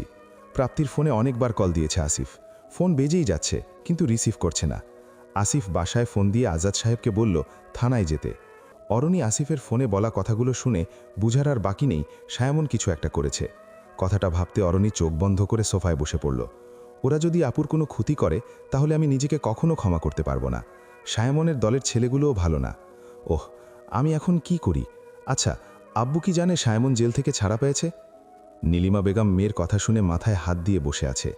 কি করবে বুঝতে পারছে না। আমার মেয়েটা এইভাবে না বলে কোথাও যাওয়ার মেয়েও না। ওর কোনো বিপদ হলো না তো? নীলিমা বেগম উঠে গিয়ে অরণির কাছে এসে, অরণি, তুই কিছু জানিস প্রাপ্তি কোথায় যেতে পারে? অরণি, আম্মু, আপু তো এইভাবে কোথাও না বলে যায় না। আব্বু আর ভাইয়া আসুক, দেখো তারা কোনো খোঁজ পায় কিনা। এইভাবেই সকাল গড়িয়ে সন্ধে হয়ে এলো। প্রাপ্তিকে কোথাও খুঁজে পাওয়া যায়নি। আসিফ আর আজাদ সাহেব সব জায়গায় খুঁজেছে। প্রাপ্তির ফ্রেন্ডদের বাসায়ও খোঁজ করা হয়েছে। এলাকা জুড়ে সবাই জেনে গেছে আজাদ সাহেবের মেয়ে প্রাপ্তিকে কোথাও খুঁজে পাওয়া যাচ্ছে না। পাশের বাড়ির মানুষ তো এসে নানান কথা বলাও শুরু করেছে। প্রাপ্তির মা, দেখো মেয়ে হয়তো কারো সাথে ভেগে গেছে। অন্য একজন বলছে, ঠিকই বলেছেন, এখনকার মেয়ে কোথাও গেছে পোষ্টি নষ্টি করার জন্য, 2 দিন গেলেই চলে আসবে। আরেকজন বলছে, কতবার বলেছি আসিফের মা, মেয়ে বড় হয়ে বিয়ে দিয়ে দাও, এত পড়িয়ে লাভ কি? এখন দেখেছ মেয়ে চুনকালি মাখিয়ে চলে গেল। এইভাবে এক একজন এক একভাবে বলেই যাচ্ছে। নীলিমা বেগম ড্রয়িং রুমের ফ্লোরে পাগলের মতো নিস্তব্ধ হয়ে চোখের পানি ঝরছে আর মানুষের কথাগুলো শুনছে। অরণি আর সহ্য করতে না পেরে সবার উদ্দেশ্য করে বলে ফেলল, আপনারা কি মানুষ? আমাদের এমন একটা সময় আপনারা এইসব কি বলছেন? হয়তো আমার আপুর অন্য কোনো বিপদ আপদও তো হতে পারে। আপনারা সবাই এইখানে এসেছেন আমাদের মজা দেখতে? প্লিজ আপনারা এখন এখান থেকে যান, অনেক মজা দেখেছেন, আর না। প্রাপ্তিদের বাড়িতে শোকের ছায়া নেমে এসেছে। নীলিমা বেগম খাওয়া দাওয়া সব ছেড়ে দিয়েছে। এক নাগারে কান্না করেই যাচ্ছে। আসিফ আর আজাদ সাহেব থানায় ডায়েরি করেছে। অরণি তার মায়ের পাশে বসে আছে। নিজের বোনের এই অবস্থার জন্য কি ও নিজেই দায়ী? ভাইয়াকে কি সব বলবো? আচ্ছা, ভাইয়া কি জানে সাইমন ছাড়া পেয়েছ? আসিফ ড্রয়িং রুমে কারো সাথে ফোনে কথা বলছে। অরণি মাথা নিচু করে আসিফের সামনে এসে দাঁড়িয়েছে দেখে আসিফ কান থেকে ফোন নামিয়ে, কিরে, কিছু বলবি? অরণি আমতা আমতা করে বলল, ভাইয়া, সাইমন আপুকে নিয়ে যায়নি তো? আসিফ অরণির কথা শুনে অবাক হয়ে, সাইমন তো জেলে আছে। অরণি, সাইমনকে তার বাবা ছেড়ে নিয়ে এসেছে। ও হয়তো আমাদের পরিবারের ওপর প্রতিশোধ নিতেই হয়তো আপুকে উঠিয়ে নিয়ে গেছে। আজাদ সাহেব এসে বরণিকে একটা থাপ্পড় বসিয়ে দিলেন। তুই এত কিছু জেনেও চুপ করেছিলি? তুই কি করে তোর বোনকে বিপদের মুখে ঠেলে দিয়ে চুপ করেছিলি? আমার মেয়েটা এখন কি অবস্থায় আছে আল্লাহ ভালো জানে। কথাগুলো বলতে বলতে আজাদ সাহেব কান্নায় ভেঙে পড়লেন। আসিফের দিকে তাকিয়ে, আব্বু, আমাদের তো সব শেষ হয়ে গেল, এখন কি হবে? প্রাপ্তিকে কথাই খুঁজব। আসিফ, আব্বু, তুমি শান্ত হও, আমি দেখছি। অরণি, তুই আম্মুর দেখে খেয়াল রাখিস, আমি আরেকবার থানা থেকে আসছি। কথা বলেই আসিফ বেরিয়ে পড়ল। কাটতে থাকে দিন। বাহিরের মানুষের আনাগোনায় কেটে যায় প্রাপ্তিদের বাড়ি। নীলিমা বেগম জ্ঞান হারায়, আবার ঠিক হয়। এইভাবেই কেটে যায় 3 দিন। এই 3 দিনও মেয়েটার খোঁজ মিলেনি। বিকেলবেলা ড্রয়িং রুমে বসে চা খাচ্ছে আসিফ। প্রাপ্তি হারিয়ে যাওয়ার পর তাদের চাচা, চাচি, মামা, মামি সবাই এই বাড়িতেই আছে। আসিফের ফোন বেজে উঠতেই ফোনের দিকে তাকিয়ে দেখে আননোন নাম্বার থেকে কল আসছে। আসিফের মামা ফোন বাজতেছে দেখে, কিরে আসিফ, ফোন রিসিভ করছিস না কেন? ফোনের দিকে তাকিয়ে কি দেখছিস? আসিফ, আসলে মামা, নাম্বারটা চিনি না। মামা, রিসিভ করে দেখ, প্রাপ্তির কোনো যদি খবর পাওয়া যায়। আসিফ ফোন রিসিভ করতেই একজন মহিলা, আসসালামু আলাইকুম। আসিফ, ওয়ালাইকুম সালাম। মহিলা, নাম্বারটা কি আপনার? জি আমার। আপনি কে বলছেন? মহিলা, আপনি আমাকে চিনবেন না, আমি একজন টিচার। আজ সকালে ভোর 5টায় একটা মেয়েকে আমার বাড়ির সামনে একটা গাড়ি এসে ফেলে দিয়ে গেছে। মেয়েটার অবস্থা খুবই খারাপ। মেয়েটা জ্ঞান হারাবার আগেই আমাকে এই নাম্বারটা দিয়েছিল। আসিফ বসা থেকে দাঁড়িয়ে পাগলের মতো হয়ে, আপনি কোথায় আছেন? আমাকে বলুন, আপনি যাকে পেয়েছেন ও আমার বোন। কোথায় আছে ও?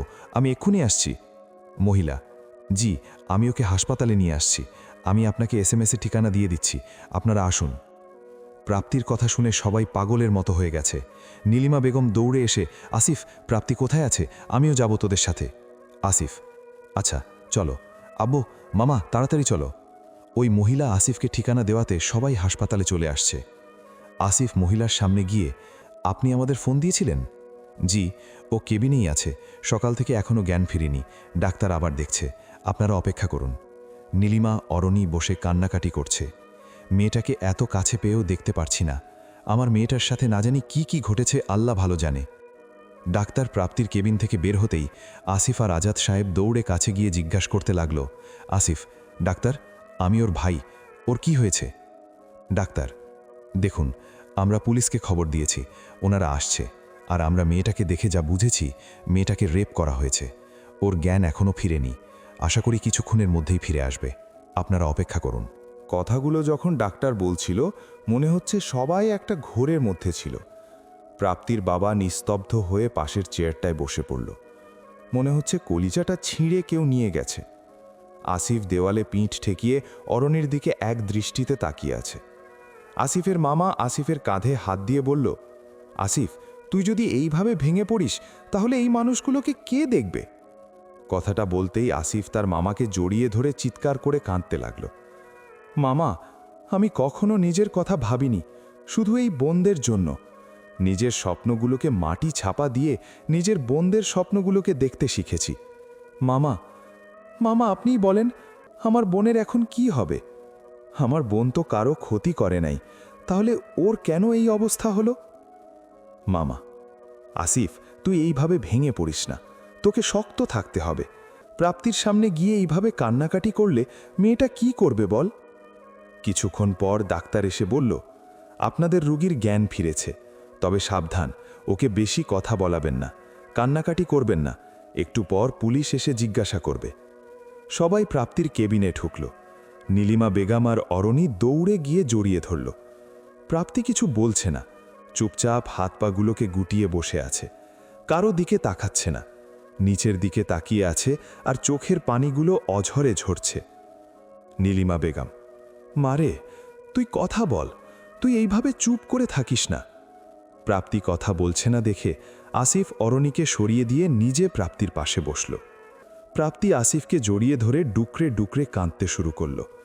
প্রাপ্তি, তুই এইভাবে কাঁদিস না, ভাইয়া সব ঠিক করে ফেলব। প্রাপ্তি, তোর কিচ্ছু হয়নি, মনের ভেতর খারাপ কোনো চিন্তা আনবি না, দেখ আমরা সবাই তোর পাশে আছি। কথাগুলো শুনে প্রাপ্তি আরও জোরে কাঁদতে লাগল।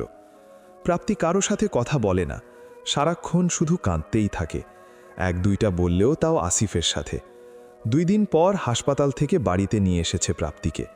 প্রাপ্তিকে সময় দেওয়ার জন্য আসিফ অফিস থেকে ছুটি নিয়েছে। বাসায় এসে নিজের রুমের বারান্দায় গিয়ে দাঁড়িয়ে আছে, আকাশের দিকে তাকিয়ে নিজের ভাবনার জগৎটাকে ভাবছে। এক নিমিষেই মানুষের জীবনটা কিভাবে পাল্টে যেতে পারে।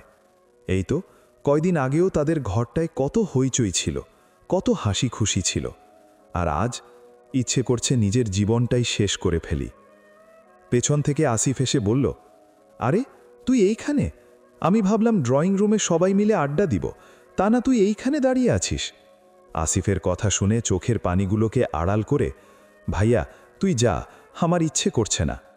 আসিফ, সব কিছু থেকে নিজেকে সরাতে চাইছিস?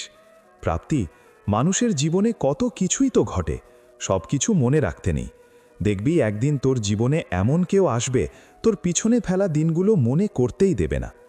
কথাটা শুনে প্রাপ্তি আসিফকে জড়িয়ে ধরে, এমন কেউ আর আসবে না রে ভাইয়া, কেউ তোর বোনকে বিয়ে করবে না, ধর্ষিতা মেয়েকে কেউ বিয়ে করবে না। আসিফ প্রাপ্তির মাথায় হাত বুলিয়ে দিতে দিতে বলল, পুলিশের সামনে সেদিন মিথ্যে বললি কেন যে তুই কাউকেই চিনিস নাই? আমি জানি ওই ছেলেটা সাইমন ছিল, তুই না বললেও আমি জানি। প্রাপ্তি, আমার জীবনটা তো শেষ হয়ে গেছে, সমাজের লোকগুলো আমার জন্য তোমাদের কথা শোনায়, কেউ এখন আর আমায় ভালো চোখে দেখে না। আমি চাই না অরণির জীবনও সেই রকম হোক। সাইমন বলেছিল আমি যদি কিছু বলি অরণির অবস্থাও নাকি আমার মতো হবে। জানিস ভাইয়া, সেই দিন আমি তোকে অনেকবার ডেকেছিলাম, কিন্তু তুই শুনিসনি। অবশ্য এতে তোর কোনো দোষ নেই। জানিস এক একটা দিন আমি যে কিভাবে কাটিয়েছি তা শুধু আমি জানি। প্রাপ্তির কথাগুলো শুনে আসিফের বুকটা ফেটে যাচ্ছে, চোখগুলো লাল হয়ে গেছে। ইচ্ছে করছে সাইমন নামের কীটটাকে দুনিয়া থেকে বিদায় করে দিতে। সাইমনকে আমি কখনোই ছাড়ব না। আজ প্রাপ্তিকে সান্ত্বনা দেওয়ার ভাষা আমার নেই। প্রাপ্তি, জীবনে কখনো নিজেকে ছোট করে দেখবি না। তুই কয়েকটা দিন সময় নে, দেখবি সব ঠিক হয়ে যাবে। দীর্ঘ 1 বছর পর প্রাপ্তিদের বাড়িতে আনন্দের ঝলক। অনেক ঝড়ঝাপটা দিয়েই কাটিয়েছে দিনগুলো। প্রাপ্তিদের বাড়িটা সুন্দর করে সাজিয়েছে আসিফ। সব কাজগুলো নিজের হাতেই করছে আসিফ, কারণ আজ তার আদরের বোন প্রাপ্তিকে দেখতে আসছে। কিন্তু প্রাপ্তির মন ভালো নেই। তারা কি তার ব্যাপারে সব জেনেই তাকে দেখতে আসছে? এই ব্যাপারে ভাইয়ার সাথে কথা বলতে হবে। কথা বলবই বা কিভাবে? সকাল থেকে একটা বারের জন্য ভাইয়ার দেখা পেলাম না, কাজ নিয়ে পড়ে আছে। মনে হচ্ছে আজকেই বিয়ে। আসিফ অরণির রুমে গিয়ে, এই অরণি, প্রাপ্তিকে একটু সাজিয়ে দিস তোর হাতে, ও তো সাজগোজ করতে একদম পছন্দ করে না। অরণি, ভাইয়া তুই চিন্তা করিস না, আমি আছি না, তুই অন্যদিক সামলিয়ে নে। প্রাপ্তির মা এসে বলল, আসিফ এই দিকের আয়োজনটা কেমন চলছে? আসিফ, আম্মু আমি সব সামলিয়ে নিয়েছি, তোমরা চিন্তা করো না। নীলিমা বেগম, আসিফ প্রাপ্তি তো সকাল থেকে রুমেই বসে আছে, তুই ছাড়া তো কারোর সাথে কথাও বলে না, একটু গিয়ে দেখ না। আসিফ, হ্যাঁ ঠিকই বলেছ, দেখি কি করে। আসিফ প্রাপ্তির রুমে গিয়ে দেখে গান ছেড়ে দিয়ে খাটের এক কোণায় চোখ বন্ধ করে মাথার ওপর হাত রেখে হেলান দিয়ে শুয়ে আছে। আসিফ একটা চেয়ার টেনে সামনে বসল, গালের মধ্যে হাত রেখে, আমার বোনের কি মন খারাপ আজকের দিনে? প্রাপ্তি চমকে ওঠে, ভাইয়া তুই কখন এলি? আসিফ, এক্ষুনি। এইভাবে মনমরা হয়ে আছিস কেন? ভাইয়া ছেলেরা কি সব জেনেই আসছে নাকি না জেনে? আসিফ কথা কাটানোর জন্য, তুই যা ফ্রেশ হয়ে নে, একটু পরই ওনারা এসে যাবে। প্রাপ্তি, ভাইয়া এইটা আমার আনসার নয়, আমি চাই না আমার কোনো বিষয় গোপন থাকুক, ওনারা যদি সব জেনে এগোতে চান তাহলে আমার কোনো আপত্তি নেই। আসিফ, এই নিয়ে তুই চিন্তা করিস না, আমি আছি তো। কথাটা বলেই আসিফ উঠে গেল। অরণি প্রাপ্তির রুমে এসেছে প্রাপ্তিকে রেডি করাবে বলে। অরণিকে দেখে প্রাপ্তি মুচকি একটা হাসি দিয়ে, আমাকে তো সাজাতে হবে না, আমি নিজেই হালকা সেজে নিচ্ছি। অরণি, ওকে আপু, আমি তাহলে আসি, ছেলেরা নাকি এসে গেছে, আমি দেখে আসি। নীলিমা বেগম অরণিকে ডেকে, তুই এখন ওদের সামনে যাওয়ার দরকার নেই, প্রাপ্তিকে নিয়েই একসাথে যাস। অরণি, ঠিক আছে আম্মু। নাস্তার প্লেট হাতে নিতে নিতে, আচ্ছা আম্মু, আপুকে যে দেখতে আসছে ওই ছেলের নাম কি, কি করে? নীলিমা বেগম, ও মা, তুই জানিস না, ছেলের নাম সিয়াম, বিজনেস করে। কথাটা শুনেই অরণির হাত থেকে প্লেটগুলো পড়ে গেল। নীলিমা বেগম, তুই এইটা কি করলি? আজকের এই শুভ দিনে ভাঙাভাঙি শুরু করলি?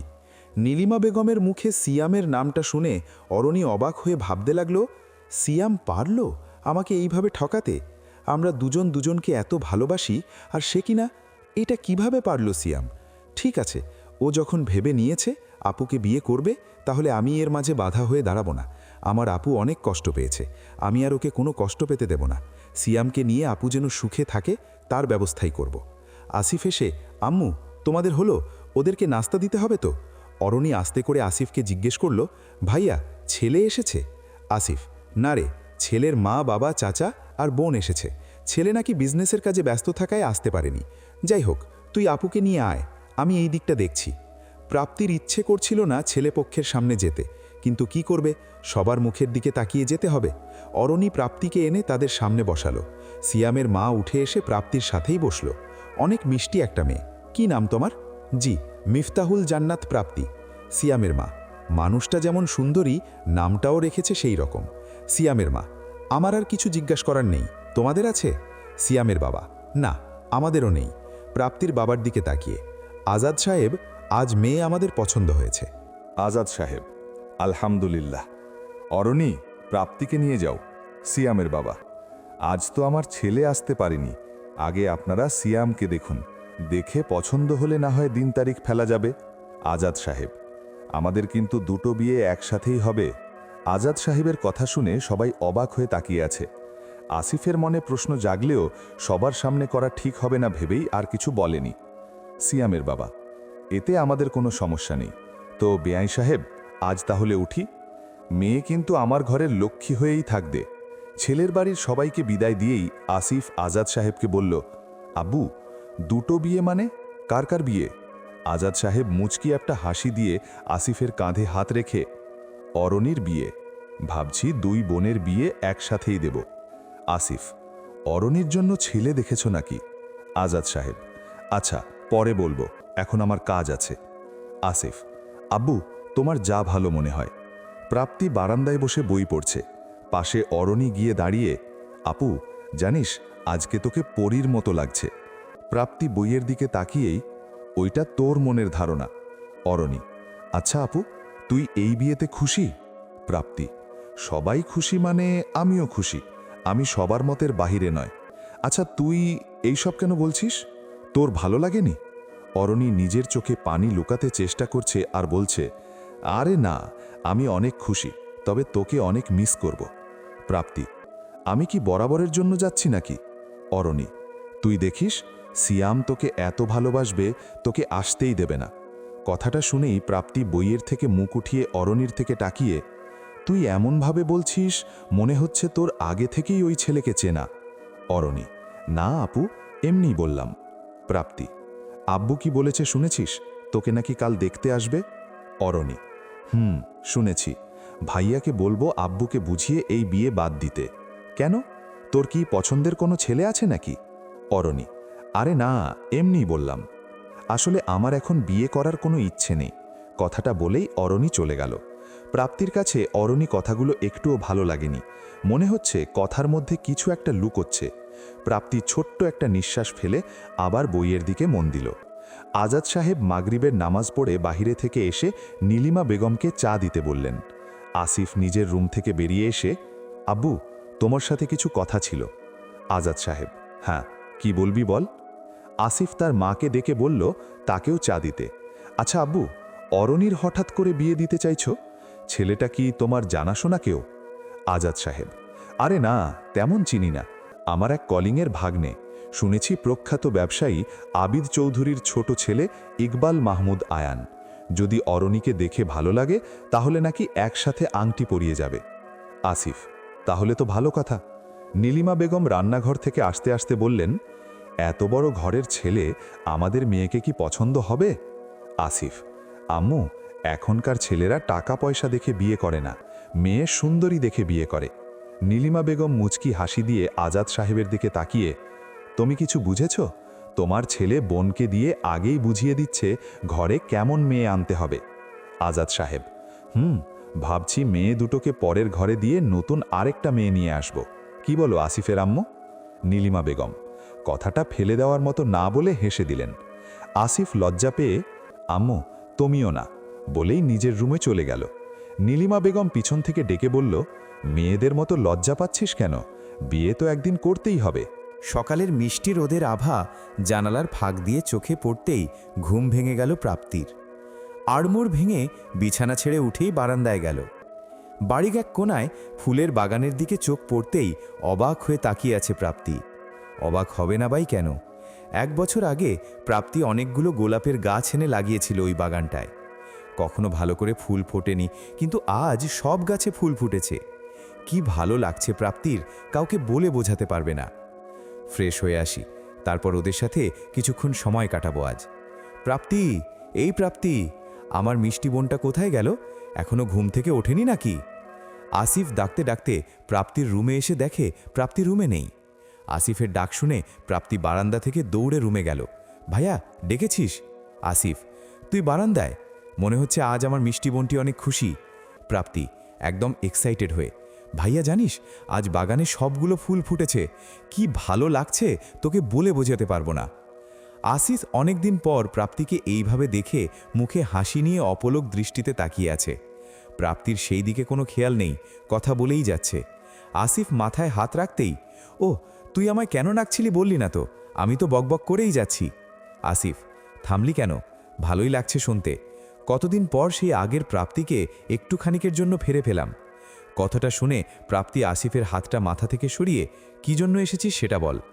আসিফ ভালো করেই জানে প্রাপ্তি এই কথা থেকে নিজেকে সরাতে চাইছে। আমি অফিসে যাচ্ছি, তোর কিছু লাগবে কিনো জিজ্ঞেস করতে এলাম। তুই তো কাউকে কিছু বলিস না, তাই আর কি। প্রাপ্তি: না, আমার কিছু লাগবে না। আসিফ: তাহলে চল নাস্তা করে নি। প্রাপ্তি: ভাইয়া তুই যা, আমি আসছি।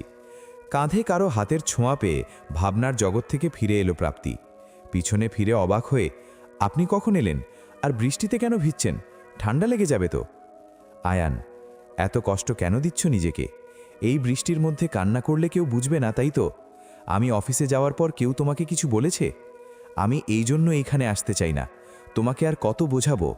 লোকের কথায় কোনো কান দিবা না। এতক্ষণ টানা বৃষ্টিতে ভেজার কারণে ভীষণ মাথা ব্যথা করছে। আয়নের দিকে ঠিকভাবে তাকাতে পারছে না প্রাপ্তি। চোখগুলো নিভো নিভো হয়ে আসছে। প্রাপ্তি মুখে বাজিয়ে বাজিয়ে বলতে লাগলো, জানেন, আমার ভাইয়া ঠিক বলেছিল, এমন একজন আমার জীবনে আসবে যে আমার সব কিছু ভুলিয়ে দিবে। পৃথিবীর মানুষগুলো আমায় বারবার মনে করিয়ে দেয় আমি ধর্ষিতা। শুধু একমাত্র আপনি বলেন আমিই আপনার সব। আমি যে ধর্ষিতা আপনি মনেই করতে দেন না। কথাগুলো বলতে বলতে প্রাপ্তি জ্ঞান হারিয়ে পড়ে যেতেই আয়ান ধরে ফেলল। আয়ান কোলে করে প্রাপ্তিকে নিচে নামিয়ে এনে প্রাপ্তির রুমে গিয়ে ঋষিকে ডাক দিল। আয়ান: ঋষি, তোর ভাবির শাড়িটা পাল্টে দে, আমি এইগুলো চেঞ্জ করে আসছি। আয়ানের কথা শুনে অরণির খটকা লাগলো। নিজের বউয়ের শাড়ি চেঞ্জ করতে কিসের এত লজ্জা? আমাকে তো জানতেই হবে। অরণি, আসিফকে ফোন দিয়ে আসতে বলো। নীলিমা বেগম আর রেশি প্রাপ্তির হাতে পায়ে মালিশ করছে। আয়ান তার ডাক্তার আঙ্কেলকে ফোন করে প্রাপ্তির কথা জানালো। তিনি আশ্বাস দিলেন এসে দেখে যাবেন। আসিফ অফিস থেকে এসেই প্রাপ্তির রুমে গিয়ে দেখে প্রাপ্তির অজ্ঞান হয়ে পড়ে আছে। আসিফ, ওর এই অবস্থা হলো কিভাবে? তোমরা কোথায় ছিলা সবাই? অরণি, আসলে ভাইয়া আমি সকালে... কথাটা বলার আগেই নীলিমা বেগম থামিয়ে, আসলে সকালে আয়ান যাওয়ার পর থেকেই এই রকম হয়েছে। আয়ান, আম্মু আপনি সত্যি কথা বলছেন না। আমি যাওয়ার পর প্রাপ্তিকে কেউ কিছু বলেছে। রেশি, তুই কোথায় ছিলি? ভাইয়া আমি এসে দেখি ভাবি রান্নাঘরের সামনে আন্টির কোলে অজ্ঞান হয়ে পড়ে আছে। তারপর কিছুক্ষণ পর জ্ঞান ফিরল। ভাবি রুমে গিয়ে দরজা আটকে দিল। তারপর কি হলো আমি জানি না। ভাবি দৌড়ে ছাদে চলে গেল। আমি ভাবির পিছনেই যাচ্ছিলাম। অরণি আপু বললেন ভাবি নাকি এখন একাই থাকবে, আমি গেলে রাগ করবে। আসিফ বুঝতে পেরেছে প্রাপ্তিকে কেউ কিছু বলেছে। আয়ান, তুমি কখন এলে? আয়ান রেশি আমায় ফোন দিয়েছিল, আমি তখনই বুঝতে পেরেছে প্রাপ্তির কিছু একটা হয়েছে। আম্মু প্লিজ বলেন না কি হয়েছে? আয়ান, যা হবার হয়ে গেছে, আমি ডাক্তারকে ফোন দিচ্ছি, চিন্তা করো না। আয়ান, ভাইয়া আমি ফোন দিয়েছি, সবাই বসে অপেক্ষা করছে প্রাপ্তির কখন জ্ঞান ফিরবে। ডাক্তারও এসে দেখে গেছে, জ্ঞান ফিরতে একটু দেরি হবেই। সন্ধ্যায় প্রাপ্তির জ্ঞান ফিরে দেখে সবাই বসে আছে। আয়ানের চোখগুলো লাল হয়ে আছে, দেখেই মনে হচ্ছে অনেক কান্না করেছে। আসিফ প্রাপ্তিকে উঠিয়ে হেলান দিয়ে বসিয়েছে। কিরে, কেমন লাগছে এখন তোর? প্রাপ্তি, ভালো। আসিফ, তুই কি আমাদের কোনো কথা শুনবি না? আমাদের কথা না হয় বাদ দিলাম, ওই ছেলেটার দিকে তাকা, তোর এই অবস্থার পর থেকে এখনো এক গ্লাস পানিও খায়নি। প্রাপ্তি আয়ানের দিকে আর চোখে বারবার দেখছে। এই ছেলেটা মুখের দিকে তাকিয়েও তো সব ভুলে যেতে পারিস। প্রাপ্তি চোখ দিয়ে অনবরত পানি ঝরছে, গলাটা এতটাই ভারী হয়ে আছে যে কথা বলতেও পারছে না। আয়ান প্রাপ্তির চোখের পানি দেখে, ভাইয়া প্লিজ ওকে কিছু বলবেন না, ওর এইসব ব্যবহার আমার সহ্য করার ক্ষমতা হয়ে গেছে। নীলিমা বেগম, মানুষের জীবনে কত কিছুই ঘটে, কই তারা তো এইরকম করে না, তুই করছিস কেন? অরণি, আপু তুই সব সময় বাড়াবাড়ি করছিস। কত মেয়ে নিজের ইচ্ছায় ছেলেদের সাথে মিলামেশা করে, আর তুই তো নিজের ইচ্ছায় যাসনি। প্লিজ আপু, তুই স্বাভাবিকভাবেই থাকতে পারিস না? প্রাপ্তি চিৎকার দিয়ে, না আমি পারি না, তোমরা প্লিজ যাও এখান থেকে, আমাকে একা থাকতে দাও। আসিফ, আয়ান তুমি থাকো, আমরা সবাই যাচ্ছি। সবাই চলে গেল। আয়ানও প্রাপ্তির পাশে এসে বসল। প্রাপ্তির দিকে অনেকক্ষণ তাকিয়ে থেকে একটা হাত টেনে নিজের কাছে নিল। সবাইকে এইরকমভাবে না বললেও পারতে। প্রাপ্তি, না বললে ওরা কেউ এখান থেকে যেত না, আর ওদের এই সব জ্ঞানমূলক কথা আমার ভালো লাগছিল না। আপনি থেকে গেলেন কেন? আয়ান, কেন থেকেছি জানো? আমার পাগলি না খেলে আমি কি খেতে পারি? তুমিও তো কিছু খাওনি। রেশি একটু এইদিকে আয়। রেশি রুমে এসে আয়ানের পাশে দাঁড়িয়ে, জি ভাইয়া, কিছু লাগবে? আসিফ, কাল তো তোর কলেজ নাই তাই না? রেশি, না ভাইয়া, পরশুদিন থেকে কলেজ খোলা। আসিফ, ঠিক আছে, আমরা কাল এখান থেকে চলে যাব। তুই এক কাজ কর, তোর ভাবির জন্য খাবার নিয়ে আয়। প্রাপ্তি, রেশি তুই এইখানে বস, আমি ড্রয়িং রুমে গিয়ে সবাই একসাথেই খাবো, তোর কষ্ট করতে হবে না। রেশি বসতে বসতে বলল, জানো ভাবি, আজ আমি ভয় পেয়ে গিয়েছিলাম। ভাইয়া পাগলের মতো হয়ে গিয়েছিল। ভাইয়া যখন অফিস থেকে আসলো, তুমি যদি দেখতে ভাইয়ার কি অবস্থা হয়েছিল। ভাবি আর ভাইয়া যদি না থাকতে এই রেশি কোথায় হারিয়ে যেত। তোমরা এনে আমাকে নতুন জীবন দিলে, কলেজে পড়ার সুযোগ করে দিলে। সেই দিন ভাইয়া যদি আমাকে রাতের অন্ধকারে না বাঁচাতো, আমাকে তো ওরা মেরেই ফেলতো। প্রাপ্তি, পাগলি মেয়ে, এখন এই সব মনে করার সময়? তোর ভাইয়া উদার মনের মানুষ, তাই আমাকে রাখতে গিয়ে নিজেই ঘর ছাড়া। প্রাপ্তি কথা শুনে আয়ান চোখ বড় বড় করে প্রাপ্তির দিকে তাকিয়ে আছে। প্রাপ্তি মাথাটা নিচু করে, সরি। প্রাপ্তি কথা শুনে আয়ান চোখ বড় বড় করে প্রাপ্তির দিকে তাকিয়ে আছে। প্রাপ্তি মাথাটা নিচু করে, সরি। আসিফ প্রাপ্তির রুমে এসে দরজায় দাঁড়িয়ে তাদের কথাবার্তা শুনে ভালোই লাগছে তার, তাই চুপ করে দাঁড়িয়ে তাদের কথা শুনছে। দরজার দিকে রেশি নজর পড়তেই, আরে ভাইয়া আপনি দাঁড়িয়ে আছেন কেন? আয়ান, ভাইয়া ভিতরে আসুন। আসিফ, দুজনের তো আজ কিছুই খাওয়া হয়নি, চলো খাবে? রেশি আর প্রাপ্তি উঠে গিয়ে নীলামা বেগমের কাছে গেল। আসিফ ওদেরকে চলে যেতে দেখে আয়ানের দিকে তাকিয়ে বলল, তোমাকে ধন্যবাদ বললে ছোট করা হবে। শুধু একটা কথাই বলতে চাই, তোমার মতো ছেলে আর একটাও হবে না। আমাদের সমাজের দিকে তাকিয়ে দেখলে খুব ঘৃণা লাগে। কারণ প্রাপ্তির মতো মেয়েদের সমাজের লোক ভালো চোখে দেখে না, এবং বিয়ের পর তাদের স্বামীও না। যখন তোমার কথা মনে পড়ে তখন খুব গর্ব হয় তোমার মতো একটা ছেলে আমাদের পরিবারের একজন। প্রাপ্তিকে আগে আমি সবসময় বলতাম তোর জীবনে এমন একজন আসবে যে তোকে সব কিছু ভুলিয়ে দিবে, তোর অতীত কখনো তোকে মনে করতে দিবে না। আয়ান কথাগুলো এতক্ষণ চুপ করে শুনছিল। আসিফের বলা শেষ হতেই, ভাইয়া, প্রাপ্তিকে আমি যেদিন ফার্স্ট দেখেছিলাম সেই দিন থেকেই ভালোবেসেছি, তার সব কিছু না জেনেই। এখানে প্রাপ্তির কোনো দোষ ছিল না, এইটা তার ভাগ্যেই লেখা ছিল। আর কার ভাগ্যে কখন কি লেখা থাকে বলা যায় না। যাই হোক, আপনারা প্রাপ্তিকে নিয়ে কোনো চিন্তা করবেন না, আমি আছি তো। আসিফ আয়ানকে জড়িয়ে ধরে, ঠিক বলছো, আচ্ছা খেতে চলো, সারাদিন তো না খেয়েই আছো। খাওয়া শেষ করে সবাই রুমে যাবে এমন সময় আজাদ সাহেব বললেন, তোমরা সবাই বসো, আমার কিছু জরুরি কথা বলার আছে। সিয়াম বিরক্তির চাপ নিয়ে, আব্বু কি বলবেন বলেন, আমার খুব টায়ার্ড লাগছে। আজাদ সাহেব, বাবা তুমি না শুনতে চাইলে সমস্যা নেই, তোমার বেশি টায়ার্ড লাগলে যেতে পারো। সিয়াম, আব্বু আমি তেমনভাবে বলতে চাইনি, আচ্ছা বলুন। আজাদ সাহেব, আয়ান তুমি এখন আমার বাড়ির বড় জামাই, তোমারও দায়িত্ব আছে তাই বলছি। কথাটা হচ্ছে আসিসের বিয়ের ব্যাপারে। আয়ান, ভাইয়ার বিয়ে? সত্যি আব্বু আমার খুব ভালো লাগছে শুনে। তো মেয়ে দেখেছেন? আজাদ সাহেব, না, ভাবছি দেখব তোমরা সহ। আয়ান, আব্বু ভাইয়ার বিয়ের ব্যাপারে আপনি যখন বলবেন আমি আপনার পাশে আছি। আয়ানের কথা শুনে সিয়ামও বলল, আব্বু আমি আপনার পাশে আছি। আসিফ, তোমরা একটু চুপ করবে, আমি এখন বিয়ে করব না। নীলিমা বেগম, আসিফের কথা শুনে, তুই কি বলছিস, বয়স তো কম হলো না তোর, বুড়ো হলে কোনো মেয়ে কি কেউ তোর কাছে বিয়ে দিবে? প্রাপ্তি, ভাইয়া তুই একদম কথা বলবি না, বিয়ে তোকে দিচ্ছি। আর যদি তোর পছন্দের কেউ থাকে তাহলে বল, তাকে আমরা সবাই মিলে দেখে আসি, কি বলো সবাই? আয়ান, প্রাপ্তি যা বলবে তাই হবে, বিয়ে হচ্ছে মানে হচ্ছে। আমার একটা ফ্রেন্ডের একটা বোন আছে, তোমরা যদি চাও তাহলে ওকে দেখতে পারো। প্রাপ্তি, দেখব কখন, আপনি তো বললেন কাল চলে যাবেন, না হলে অরণি আর আমি দেখে আসতে পারতাম, সাথে আপনি আর শিয়ম ভাইয়াও যেতে পারেন। আয়ান, আমার জন্য তো সমস্যা না, অভ্র আছে, ও সব সামলে নিবে, কিন্তু রেশির কলেজ তো খোলা। আসিফ, আচ্ছা আমি না হয় দিয়ে আসব, যদি সে যেতে চায়। রেশি কথাটা শুনেই প্রাপ্তি আর আয়ানের দিকে তাকালো। প্রাপ্তি মুচকি হেসে বলল, তাহলে কোনো সমস্যা নেই। কি রেশি, তুমি যাবে তো?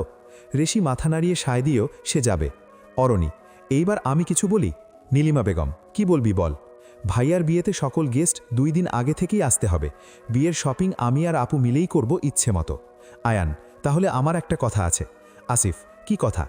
আয়ান, যে যত শপিং করবে কোনো সমস্যা নাই, শপিংয়ের বিলটা আমি দিব। আসিফ, না আয়ান, এইটা হয় না, আমি আছে কি করতে, আমার বোনেরা শপিং করবে, টাকাটা আমিই দিব। সাথে আজাদ সাহেবও বললেন, না আয়ান, এটা খারাপ দেখা যায়। আয়ান মন খারাপ করে, আপনার তাহলে আমাকে আপনাদের পরিবারের কেউ ভাবতে পারেন নাই। আব্বু, আপনারা আমায় এতটা পর ভাববেন আমি জানতামই না। আসলে কি বলুন তো, আমার ভাগ্যটাই খারাপ। কথাটা বলেই আয়ান কাউকে কিছু বলার সুযোগ না দিয়ে উঠে চলে গেল। প্রাপ্তি, শুনুন, আরে শুনুন না। প্রাপ্তি বারবার ডাকাতেও সাড়া না দিয়ে চলে গেল। তোমরা ওকে কষ্ট না দিলেও পারতে, ও যখন চাইছে তখন করুক না, ও হয়তো একটু শান্তি পেত। কথাটা বলে প্রাপ্তিও উঠে চলে গেল।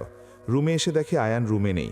বারান্দা থেকে কান্নার শব্দ শুনে প্রাপ্তি বারান্দায় গিয়ে দেখে আয়ান ইজি চেয়ারটায় বসে কান্না করছে। প্রাপ্তিকে দেখে তাড়াতাড়ি করে চোখ মুখ মুছে দাঁড়িয়ে, তুমি তুমি প্রাপ্তি কাছে এসে নিজের কোমরে হাত দিয়ে, কাল আমি শপিংয়ে যাব, আর কত টাকা আছে আপনার আমি একটু দেখতে চাই। আয়ান চোখ মুখ ভালো করে মুছে, মানে যেই মেয়ে আমার কাছে মুখ ফুটে কিছু চায় না আর সে করবে শপিং? প্রাপ্তি, কেন করব না বলেন, আপনার তো অনেক টাকা হয়েছে, তাই কাল শপিং করব। আর হ্যাঁ, ভাইয়ার বিয়ের শপিংটাও আপনি করবেন। আয়ান, সত্যি? তাহলে ঠিক আছে, জানো আমার খুব ভালো লাগছে কথাটা শুনে। প্রাপ্তি গলার স্বরটা একটু নরম করে, কান্না করছিলেন কেন? আপনার পরিবারের কথা খুব মনে পড়ছে তাই না? আয়ান কথাটা শুনে মন খারাপ করে, কই না তো, আমি জানি। চলেন না আমরা ওই বাড়িতে গিয়ে মাকে একবার দেখে আসি, কতদিন হয়েছে মাকে দেখি না। আয়ান, প্রাপ্তি এটা সম্ভব না, আমরা গেলে মা আরও কষ্ট পাবে, আমরা আসার সময় মা আরও কান্নাকাটি করবে। এর চেয়ে ভালো আবিদ চৌধুরীর অহংকার যেই দিন থাকবে না সেই দিন তোমাকে নিয়ে ওই বাড়িতে যাব। কথাটা বলেই দীর্ঘশ্বাস ফেলে। জানো প্রাপ্তি, সব কিছু ছেড়ে দিতে পারি, কিন্তু তোমাকে ছাড়তে পারবো না। প্রাপ্তি, আপনার আব্বুরও হয়তো আপনার জন্য মন কাঁদে, হয়তো তিনি প্রকাশ করতে পারেন না, গম্ভীর মানুষ তো, তাই হয়তো নিজেকে ছোট করতে রাজি না। যারা উপরে কঠোর তবে ওদের নাকি মন ভালো হয়। আয়ান, প্রাপ্তি উনি আমার বাবা, আমার থেকে বেশি তুমি ওনাকে চেনো না। প্রাপ্তি মনে আছে তোমার সাথে আমার প্রথম দেখা? আয়ান ফিরে গিয়েছিল সেই দিনগুলোতে। সেই দিন অরণিকে দেখতে আসার কথা ছিল। সকাল থেকেই আয়ানদের বাড়িতে অনেক হইচই হচ্ছিল। সকালবেলা ঘুম থেকে উঠতে দেরি হয়ে গেছিল আয়ানের। সুমি, আয়ানের বড় ভাবি, কি আয়ান সাহেব, আজও লেট? বাবা নিচে বসে তোমার জন্য অপেক্ষা করছে। আয়ান, কেন মাই সুইট হার্ট? সুমি, ফাজলামো রাখো। তোমার না আজ মেয়ে দেখতে যাওয়ার কথা? এই নিয়ে 13টা মেয়ে দেখছো, তোমার কি কোনো মেয়েই পছন্দ হবে না? আচ্ছা বলো তো, তুমি কি রকম মেয়ে চাও একটু বলবে আমায়? বাবাকে বলবো, বাবা আয়ানের জন্য এই রকম মেয়েই খুঁজেন, তুমি যেই রকম বলবে। আয়ান, ও মাই গড, আমি তো ভুলেই গেছিলাম আজ আব্বুর সাথে মেয়ে দেখতে যাওয়ার কথা। আবিদ চৌধুরী আজ আমায় গিলে খাবে। তুমিও তো রেডি হয়ে আছো দেখছি। ভাবি, আমি 5 মিনিটেই রেডি হয়ে আসছি। ও মাই গড, আমি তো ভুলেই গেছিলাম আজ আব্বুর সাথে মেয়ে দেখতে যাবার কথা। আবিদ চৌধুরী আজ আমায় গিলে খাবে। তুমিও তো রেডি হয়ে আছো দেখছি। ভাবি, আমি 5 মিনিটেই রেডি হয়ে আসছি। তাড়াতাড়ি করো, 5 মিনিট বলে 50 মিনিট লাগাবা। আয়ান মুচকি একটা হাসি দিয়ে ওকে সুইটহার্ট বলে ওয়াশরুমে চলে গেল। আয়ান ফ্রেশ হয়ে নিচে নেমে আসতেই আবিদ চৌধুরী উঠে দাঁড়িয়ে ঘড়ির দিকে আঙুল দিয়ে দেখিয়ে গম্ভীর গলায় বললেন, কটা বাজে দেখেছ? তোমার কাছে সময়ের কোনো মূল্য না থাকতে পারে, কিন্তু আমার কাছে আছে। মেয়েদের বাড়িতে জানিয়েছিলাম 11টায় যাব, এখনই তো 10টা বাজে। আয়ান নিচের দিকে তাকিয়ে আমতা আমতা করে বলল, আব্বু, আমার মনে ছিল না। আবিদ চৌধুরী, তোমার যে সময়ের জ্ঞানের অভাব আছে সেটা আমার আগেই জানা আছে। আকাশ সিঁড়ি দিয়ে নিচে নামতে নামতে, আব্বু ঠিক আছে, ওকে বকতে হবে না, আমাদের তো দেরি হয়ে যাবে, আমি গাড়ি বের করছি, তোমরা আসো। আয়ানও আকাশের পিছন পিছন চলে গেল। আদিত চৌধুরী, সুমি, মেয়ের জন্য যে আংটিটা এনেছি ওটা নিয়েছে তো? আব্বু, আজ সত্যি আংটি পরিয়ে আসবেন? হ্যাঁ আসবো, এখন চলো। আয়ানরা সবাই প্রাপ্তিদের বাড়ির উদ্দেশ্য রওনা দিল। প্রাপ্তি নাস্তা করতে এসে দেখে অনেক আয়োজন চলছে বাড়িতে। প্রাপ্তির মামি আর আম্মু কাজে অনেক ব্যস্ত। বড় ঘর থেকে অরণির জন্য প্রস্তাব আসছে, এইটা তো আর হাতছাড়া করা যায় না। প্রাপ্তির মামি, আপা, নীলিমা বেগমকে। আসিফ তো অফিসে চলে গেল, এইদিকে ছেলের বাড়ি থেকেও নাকি লোকজন আসছে, ভাই কি পারবে এত কিছু সামাল দিতে? নীলিমা বেগম, চিন্তা করিস না, আসিফ বলেছে মিটিং শেষ করেই চলে আসবে। সিয়াম বারবার অরণিকে ফোন দিয়ে যাচ্ছে, অরণি একবারের জন্য রিসিভ করছে না, উল্টো ফোন অফ করে দিয়েছে। সিয়াম মনে মনে ভাবছে, ব্যাপার কি, ওকে সারপ্রাইজ দিব বলেই তো বাবা মাকে না বলে ওদের বাড়িতে পাঠিয়েছিলাম। মা তো বলেছে বিয়ের কথা পাকাপাকি করে আসছে, শুধু তারিখটা ফেলবে। ও তো খুশি হয়ে আমাকে ফোন দেওয়া উচিত, কিন্তু তা না, উল্টো ফোনটাই অফ করে রেখেছে। আচ্ছা, ও কি আমাকে বিয়ের দিন সারপ্রাইজ দিবে বলে হয়তো ফোন অফ করে রেখেছে, হয়তো ও বউয়ের সাজেই একসাথে সামনে আসতে চায়। ঠিক আছে, আমিও অপেক্ষা করে রইলাম, তোমাকে একসাথেই দেখব আর ফোন দিব না তোমাকে। প্রাপ্তি হাঁটতে হাঁটতে বাগানের দিকে এলো, ফুলগুলোকে ছুঁয়ে ছুঁয়ে দেখছে, কি যে ভালো লাগছে তার। তাদের বাড়ির সামনে যে একটা গাড়ি এসে থামল, সেই দিকে তার কোনো খেয়ালই নেই। গাড়ি থেকে নেমেই আবিদ চৌধুরী ফোনে কথা বলতে বলতে বাড়ির ভিতরে ঢুকলেন। আকাশ আর সুমি কথা বলতে বলতে তারাও চলে গেল। আয়ান বাড়িতে ঢুকতেই প্রাপ্তির দিকে নজর পড়ল। তখন প্রাপ্তি ফুলের দিকে তাকিয়ে নিজে নিজে ফুলগুলোর সাথে কথা বলছে। প্রাপ্তির ধারণা মানুষের থেকে ফুলগুলোই ভালো, কারণ শুধু ফুলগুলোই তার কথা শোনে, তার দিকে খারাপ ধারণা নিয়ে তাকায় না। আয়ান প্রাপ্তির দিকে তাকিয়েই আছে, তার মনে হচ্ছে তার দেখা সুন্দর মানুষটি তার সামনে। আচ্ছা, ওই ফুলগুলোকে কি বলছে আর নিজে নিজে মিটমিট করে হাসছে? আয়ান প্রাপ্তির দিকে এগুতে এগুতে ভাবতে লাগল, এই মেয়েকেই আজ দেখতে আসছি, আমি যাকে এতদিন মনে মনে খুঁজছি, এই সেই মেয়ে। আমি ওকে হারাতে চাই না কোনোভাবেই না। আব্বুকে আজ আর বলবো না আমার মেয়ে পছন্দ হয়নি, মনে হচ্ছে একটা পরী আমার সামনে দাঁড়িয়ে আছে। হঠাৎ প্রাপ্তির নজর পড়তেই দেখে আয়ান তার পাশে দাঁড়িয়ে পলকহীনভাবে তাকেই দেখছে। প্রাপ্তি কিছু না বলেই দৌড়েই বাসার ভিতরে ঢুকে গেল। আয়ান মুচকি একটা হাসি দিয়ে নিজেও বাসায় ঢুকল। সুমি আয়ানকে দেখে, কোথায় ছিলে এতক্ষণ তুমি? আয়ান ফিসফিস করে, সুইটহার্ট, মেয়ে আমার দেখা হয়ে গেছে, আমি এক্ষুনি হ্যাঁ বলে দিলাম, তোমাদের আর মেয়ে খুঁজতে হবে না। ঠিক আছে, দেখি তোমার পছন্দ কীরকম, বাবা তো বলেইছে পছন্দ হলে আংটি পরিয়ে যাবে। নীলিমা বেগম আর আজাদ সাহেব বসে মেয়ের গুণগান গাইছেন, কিন্তু আয়ানের সেই দিকে কোনো মন নেই। আয়ান ভাবছে কখন মেয়েটাকে তার সামনে নিয়ে আসবে। আসিফ এসে সবাইকে সালাম দিয়ে বাসায় ঢুকল। সবার সাথে একটু কথাবার্তা বলে বলল, আপনারা বসুন, আমি আমার বোনকে নিয়ে আসছি। আসিফ ভিতরের রুমে যেতেই আবিদ সাহেবের অফিস থেকে ফোন আসলো জরুরিভাবে যাওয়ার জন্য। ফোন রেখেই আবিদ সাহেব বলল, অফিস থেকে ফোন আসলো, তাড়াতাড়ি যেতে হবে, তোমরা তাহলে দেখো আমি আসছি। সুমি, বাবা আপনি চলে গেলে আংটি পরাবে কে? আবিদ সাহেব, আগে আয়ানের পছন্দ হয় কিনা দেখো, তারপর বাকি কথা। সুমি: বাবা, আমি বলি কি, আয়ান নাকি মেয়েকে দেখেছে এবং তার পছন্দও হয়েছে। আকাশ: তাই নাকি? আব্বু, তাহলে বরং অফিসে আয়ান যাক, আপনি থাকেন। ওর যখন পছন্দ হয়েছে তাহলে তো আর কথাই নেই। আয়ান: আব্বু, আপনি থাকেন, আমি যাচ্ছি। একদিক দিয়ে আসিফ অরণিকে নিয়ে আসলো, অন্যদিক দিয়ে আয়ান বেরিয়ে গেল। আয়ানের যেতে ইচ্ছে করছে না। ওই পরীর মতো মুখটা আরেকবার দেখতে ইচ্ছে করছে। ওই মেয়ের চোখে একটা মায়া আছে, যে মায়া আমাকে বারবার টানে। অরণিকে দেখে আবিদ চৌধুরীর পছন্দ হয়েছে। সুমির দিকে তাকিয়ে: তোমরা কি বলো, আয়ানেরও যখন পছন্দ হয়েছে তাহলে আংটি পরিয়েই যাই? আকাশ: আব্বু, আপনি ঠিকই বলেছেন। আয়ানের তো মতের কোনো ঠিকই নেই, কখন আবার কি করে। এর ছেড়ে ভালো পরিয়েই যাওয়াটা ভালো হবে। আবিদ সাহেব আংটিটা অরণির আঙুলে না পরিয়ে আসিফের হাতে দিয়ে বলল, আপনারা পরিয়ে নেবেন। প্রাপ্তিদের বাড়িতে খাওয়া দাওয়া করে বাড়ি ফিরে এলো আয়ানদের সবাই। আয়েশা বেগম ড্রয়িং রুমে বসে অপেক্ষা করছিল তাদের জন্য। আবিদ সাহেব কিছু না বলেই নিজের রুমে চলে গেল। সুমি এসে বসতে বসতে: মা, আর কোনো চিন্তা নেই আপনার। ছোট ছেলের বউ বাড়িতে আসছে কয়দিন পর, সব কিছু রেডি করেন। ঝিনুক আর মিনু, আয়ানের বোন, আপুদের খবর দিন। আকাশ: সুমি, তুমি এমন ভাব করছো যেন বউ কালকেই ঘরে আসছে। আয়েশা বেগম খুশি হয়ে: তোরা সত্যিই বলছিস বিয়েটা হচ্ছে? আচ্ছা, আয়ানের মেয়ে পছন্দ হয়েছে? আয়ান কোথায়? ওকে তো দেখছি না। আকাশ: আম্মু, আয়ান অফিসের কাজে গেছে, তবে ওর পছন্দেরই মেয়ে। ও সুমিকে ওইখানেই বলেছে মেয়ে নাকি তার পছন্দ হয়েছে। আয়েশা বেগম: আলহামদুলিল্লাহ, ওকে নিয়েই তো বড় চিন্তা ছিল। আমি এখনই ঝিনুক আর মিনুকে ফোন দিয়ে বলছি, ওরা শুনে কত খুশিই না হবে। রুমকি, ঝিনুকের মেয়ে, শুনলে তো এখনই আসার জন্য কান্নাকাটি করা শুরু করবে। সুমি: হ্যাঁ মা, ঝিনুক আপু তো ভাইয়ার চাকরির জন্য আসতেই পারে না। রুমকিকে কত দিন হয়েছে দেখি না, কত মিষ্টি একটা মেয়ে, সারাক্ষণ মামনি মামনি বলে আমার কাছে পড়ে থাকে। ওকে কাছে ফেলে আমার মা না হওয়ার কষ্টটা আর মনে থাকে না। কথাটা বলেই সুমি কান্না করতে করতে দোতলায় চলে গেল। নিজের রুমে গিয়ে বালিশ বুকের নিচে দিয়ে শুয়ে শুয়ে কান্না করছে। আয়েশা বেগম আকাশকে চোখ দিয়ে ইশারা দিল সুমির কাছে যেতে। আকাশও মায়ের কথা শুনে রুমে গিয়ে সুমির পাশে গিয়ে বসল। সুমি, এই সুমি, তুমি কেন কান্না করছো? আমি তো তোমাকে কতবার বলেছি সমস্যা যারই থাকুক না কেন ডাক্তার দেখাতে, কিন্তু না, তুমি যাবে না। আমি তোমাকে এটাও বলেছি না হলে আমরা বাচ্চা দত্তক নিব, তুমি সেটাও মানো না। কি হলো, কথা বলছো না কেন? ওকে ফাইন, তুমি যদি চাও আমায় ছেড়ে চলে যেতে পারো, আমি বাধা দিব না। কথাটা শুনেই সুমি এক ঝটকায় উঠে আকাশকে জড়িয়ে ধরে কান্না জড়িত কণ্ঠে বলল, এইসব কি বলছো তুমি? আমি তোমায় ছেড়ে কোথায় যাব? ওকে ফাইন, চোখ মুছতে মুছতে: এইবার তুমি খুশি তো? আকাশ: তুমি জানো তোমার কান্না আমার ভালো লাগে না। আচ্ছা সুমি, তুমিই বলো, আল্লাহ আমাদের পরীক্ষা করছে তাই না? আল্লাহ সবাইকে সব কিছু দেয় না সুমি। আল্লাহ আমাদের কি না দিয়েছে, কিন্তু একটা সন্তান দেয়নি। সুমি আকাশের কথা শুনে চুপ করে আছে। আমার তো আর একা কষ্ট হচ্ছে না, আমি জানি আকাশও মনে মনে কষ্ট পাচ্ছে, কিন্তু কাউকে বুঝতে দেয় না।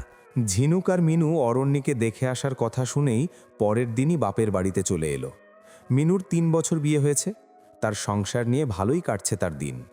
ঝিনুকের মেয়ে রুমকি, বয়স 5 বছর, কিন্তু কথা শুনলে 60 বছরকেও হার মানায়। তার 2 বাড়িতেই রাজত্ব। রুমকির দাদার বাড়িতে রুমকি ছাড়া আর ছোট বাচ্চা নেই, নানার বাড়িতেও তাই। সবার আদরের রুমকি।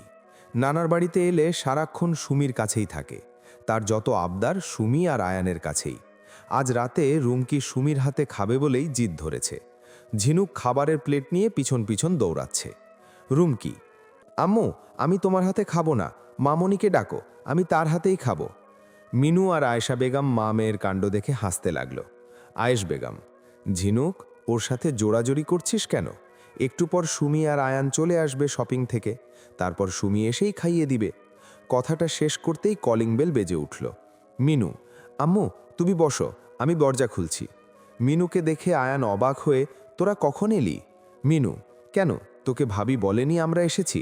সুমি ভিতরে আসতে আসতে: না বলিনি, আমি চেয়েছি ওকে একটু সারপ্রাইজ দিব।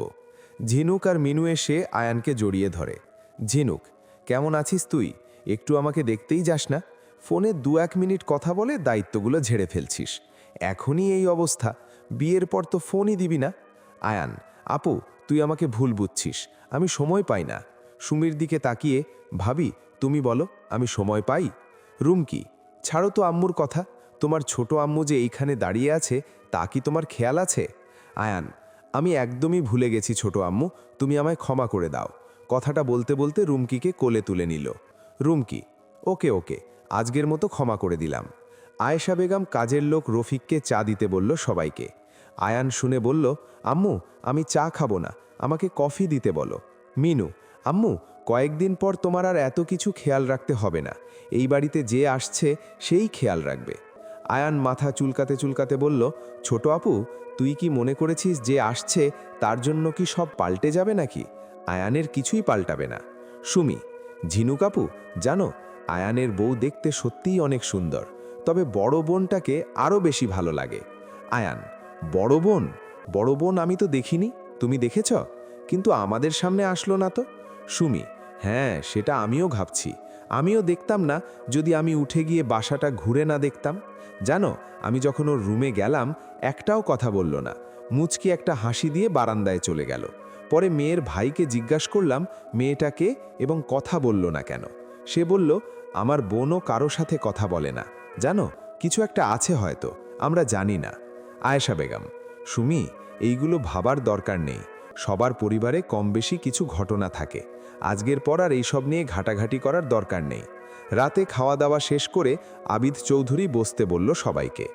আবিদ চৌধুরী, সবাইকে থাকতে বলেছি কারণ আমি আর আকাশ সন্ধ্যায় মেয়েদের বাড়িতে গিয়ে পাকা কথা দিয়ে আসছি, সামনের সোমবার বিয়ে, মেয়েদের বাড়িতে একসাথে দুটো বিয়ে। ঝিনুক, আব্বু কি বলো, আমরা দুই বোন তো এখনো মেয়েই দেখলাম না, আর আজ বুধবার, আর মাত্র 4 দিন পর।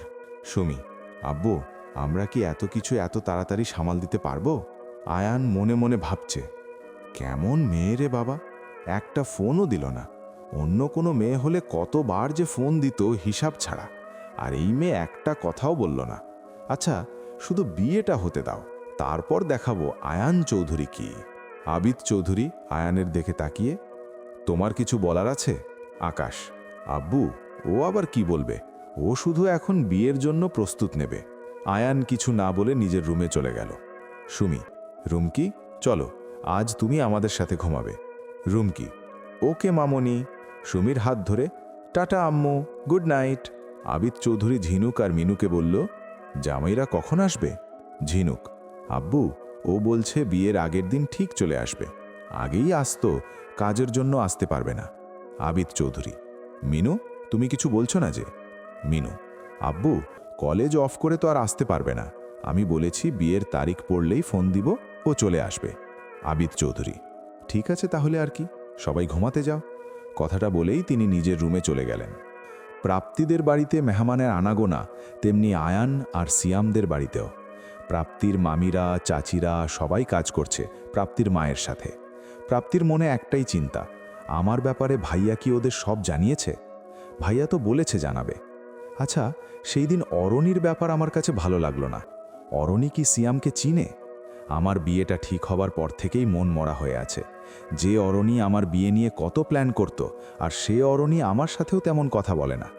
কথাগুলো ভাবতে ভাবতে প্রাপ্তি উঠে গিয়ে অরণির রুমে গেল। অরণি খাটের সাথে হেলান দিয়ে বসে আছে আর ভাবছে, কি করব আমি? সিয়ামকে আমি কখনো ভুলতে পারবো না, আর ওই আয়ান নাথি ওই ছেলের সাথেও সংসার করতে পারবো না। প্রাপ্তি অরণির পাশে দাঁড়িয়ে মাথায় হাত রাখতেই অরণি চমকে উঠে বলল, আরে আপু তুই? প্রাপ্তি, আমি। কি ভাবছিস এত দেওয়ানা হয়ে? মনে হচ্ছে রাজ্যের চিন্তা তোর মাথায়। অরণি, না আপু কিছু ভাবছি না। তুই কেমনে কেমনে এই রুমে? প্রাপ্তি, 2 দিন পর তো তোর সাথে তেমন সময় কাটাতে পারবো না। আচ্ছা অরণি, সিয়ামকে তুই আগে থেকে চিনিস তাই না? অরণি প্রাপ্তির এমন প্রশ্ন শুনে ভেবাচাকা খেয়ে, আপু কি বলছিস? প্রাপ্তি, তুই এইরকম তোতলাচ্ছিস কেন? আমি তোকে একটা প্রশ্ন করলাম মাত্র। অরণি ভাবছে, সরি আপু, এই মিথ্যে অভিনয়টা আমাকে করতেই হবে, শুধু তোকে ভালো রাখার জন্য। প্রাপ্তি, কি ভাবছিস এত? অরণি, আমি কি করে চিনব বল? ধর এইসব বাদ দে। শোন না আপু, তুই ওই বাড়িতে গেলে তুই আমাকে রোজ একবার করে ফোন দিবি। কি দিবি তো? প্রাপ্তি হাসি দিয়ে অরণিকে জড়িয়ে ধরে, দিব। আসিফ এসে দরজায় দাঁড়িয়ে, বাহ ভালোই তো, আমাকে কেউ ফোন দিবে না, আমাকে পর করে দিলি? প্রাপ্তি, অরণিকে ছেড়ে দিয়ে, তুই আমার সব হে ভাইয়া, তুই না থাকলে তো আমি কত আগেই হারিয়ে যেতাম। আসিফ, আবার শুরু করলি? খুশির এই 2টা দিনে পুরনো কোনো অতীত নয়। কাল তোদের গায়ে হলুদ, আমার কত কাজ পড়ে আছে। তোরা গল্প কর, আমি আসছি।